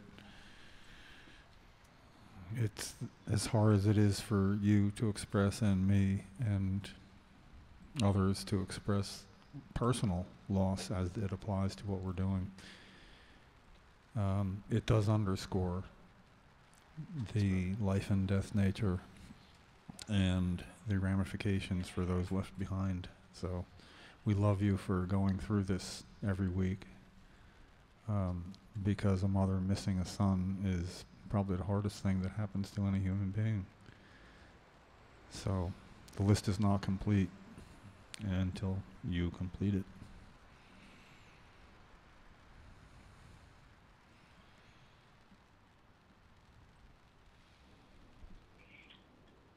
So we all need to help everyone. Give that 10% tithe to others.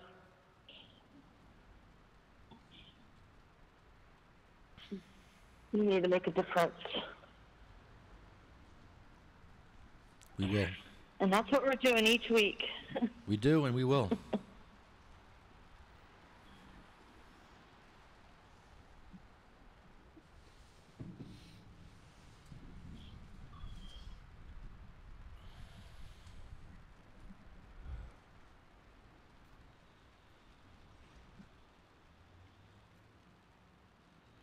Honey, but did you say Michael Dillon's name? I'll say it if you didn't. Michael Dillon, Yeah. Thomas. I miss him. Miss his laugh. I miss the way he just loved everyone and wanted to make everyone happy and just a ray of sunshine wherever he went.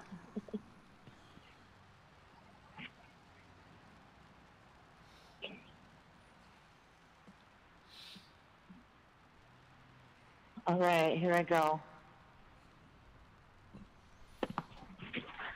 They shall grow not old, as we that are left grow old. Age shall not weary them, nor the years condemn. At the going down of the sun, and in the morning, we will remember them. Yeah, we will. We will remember them.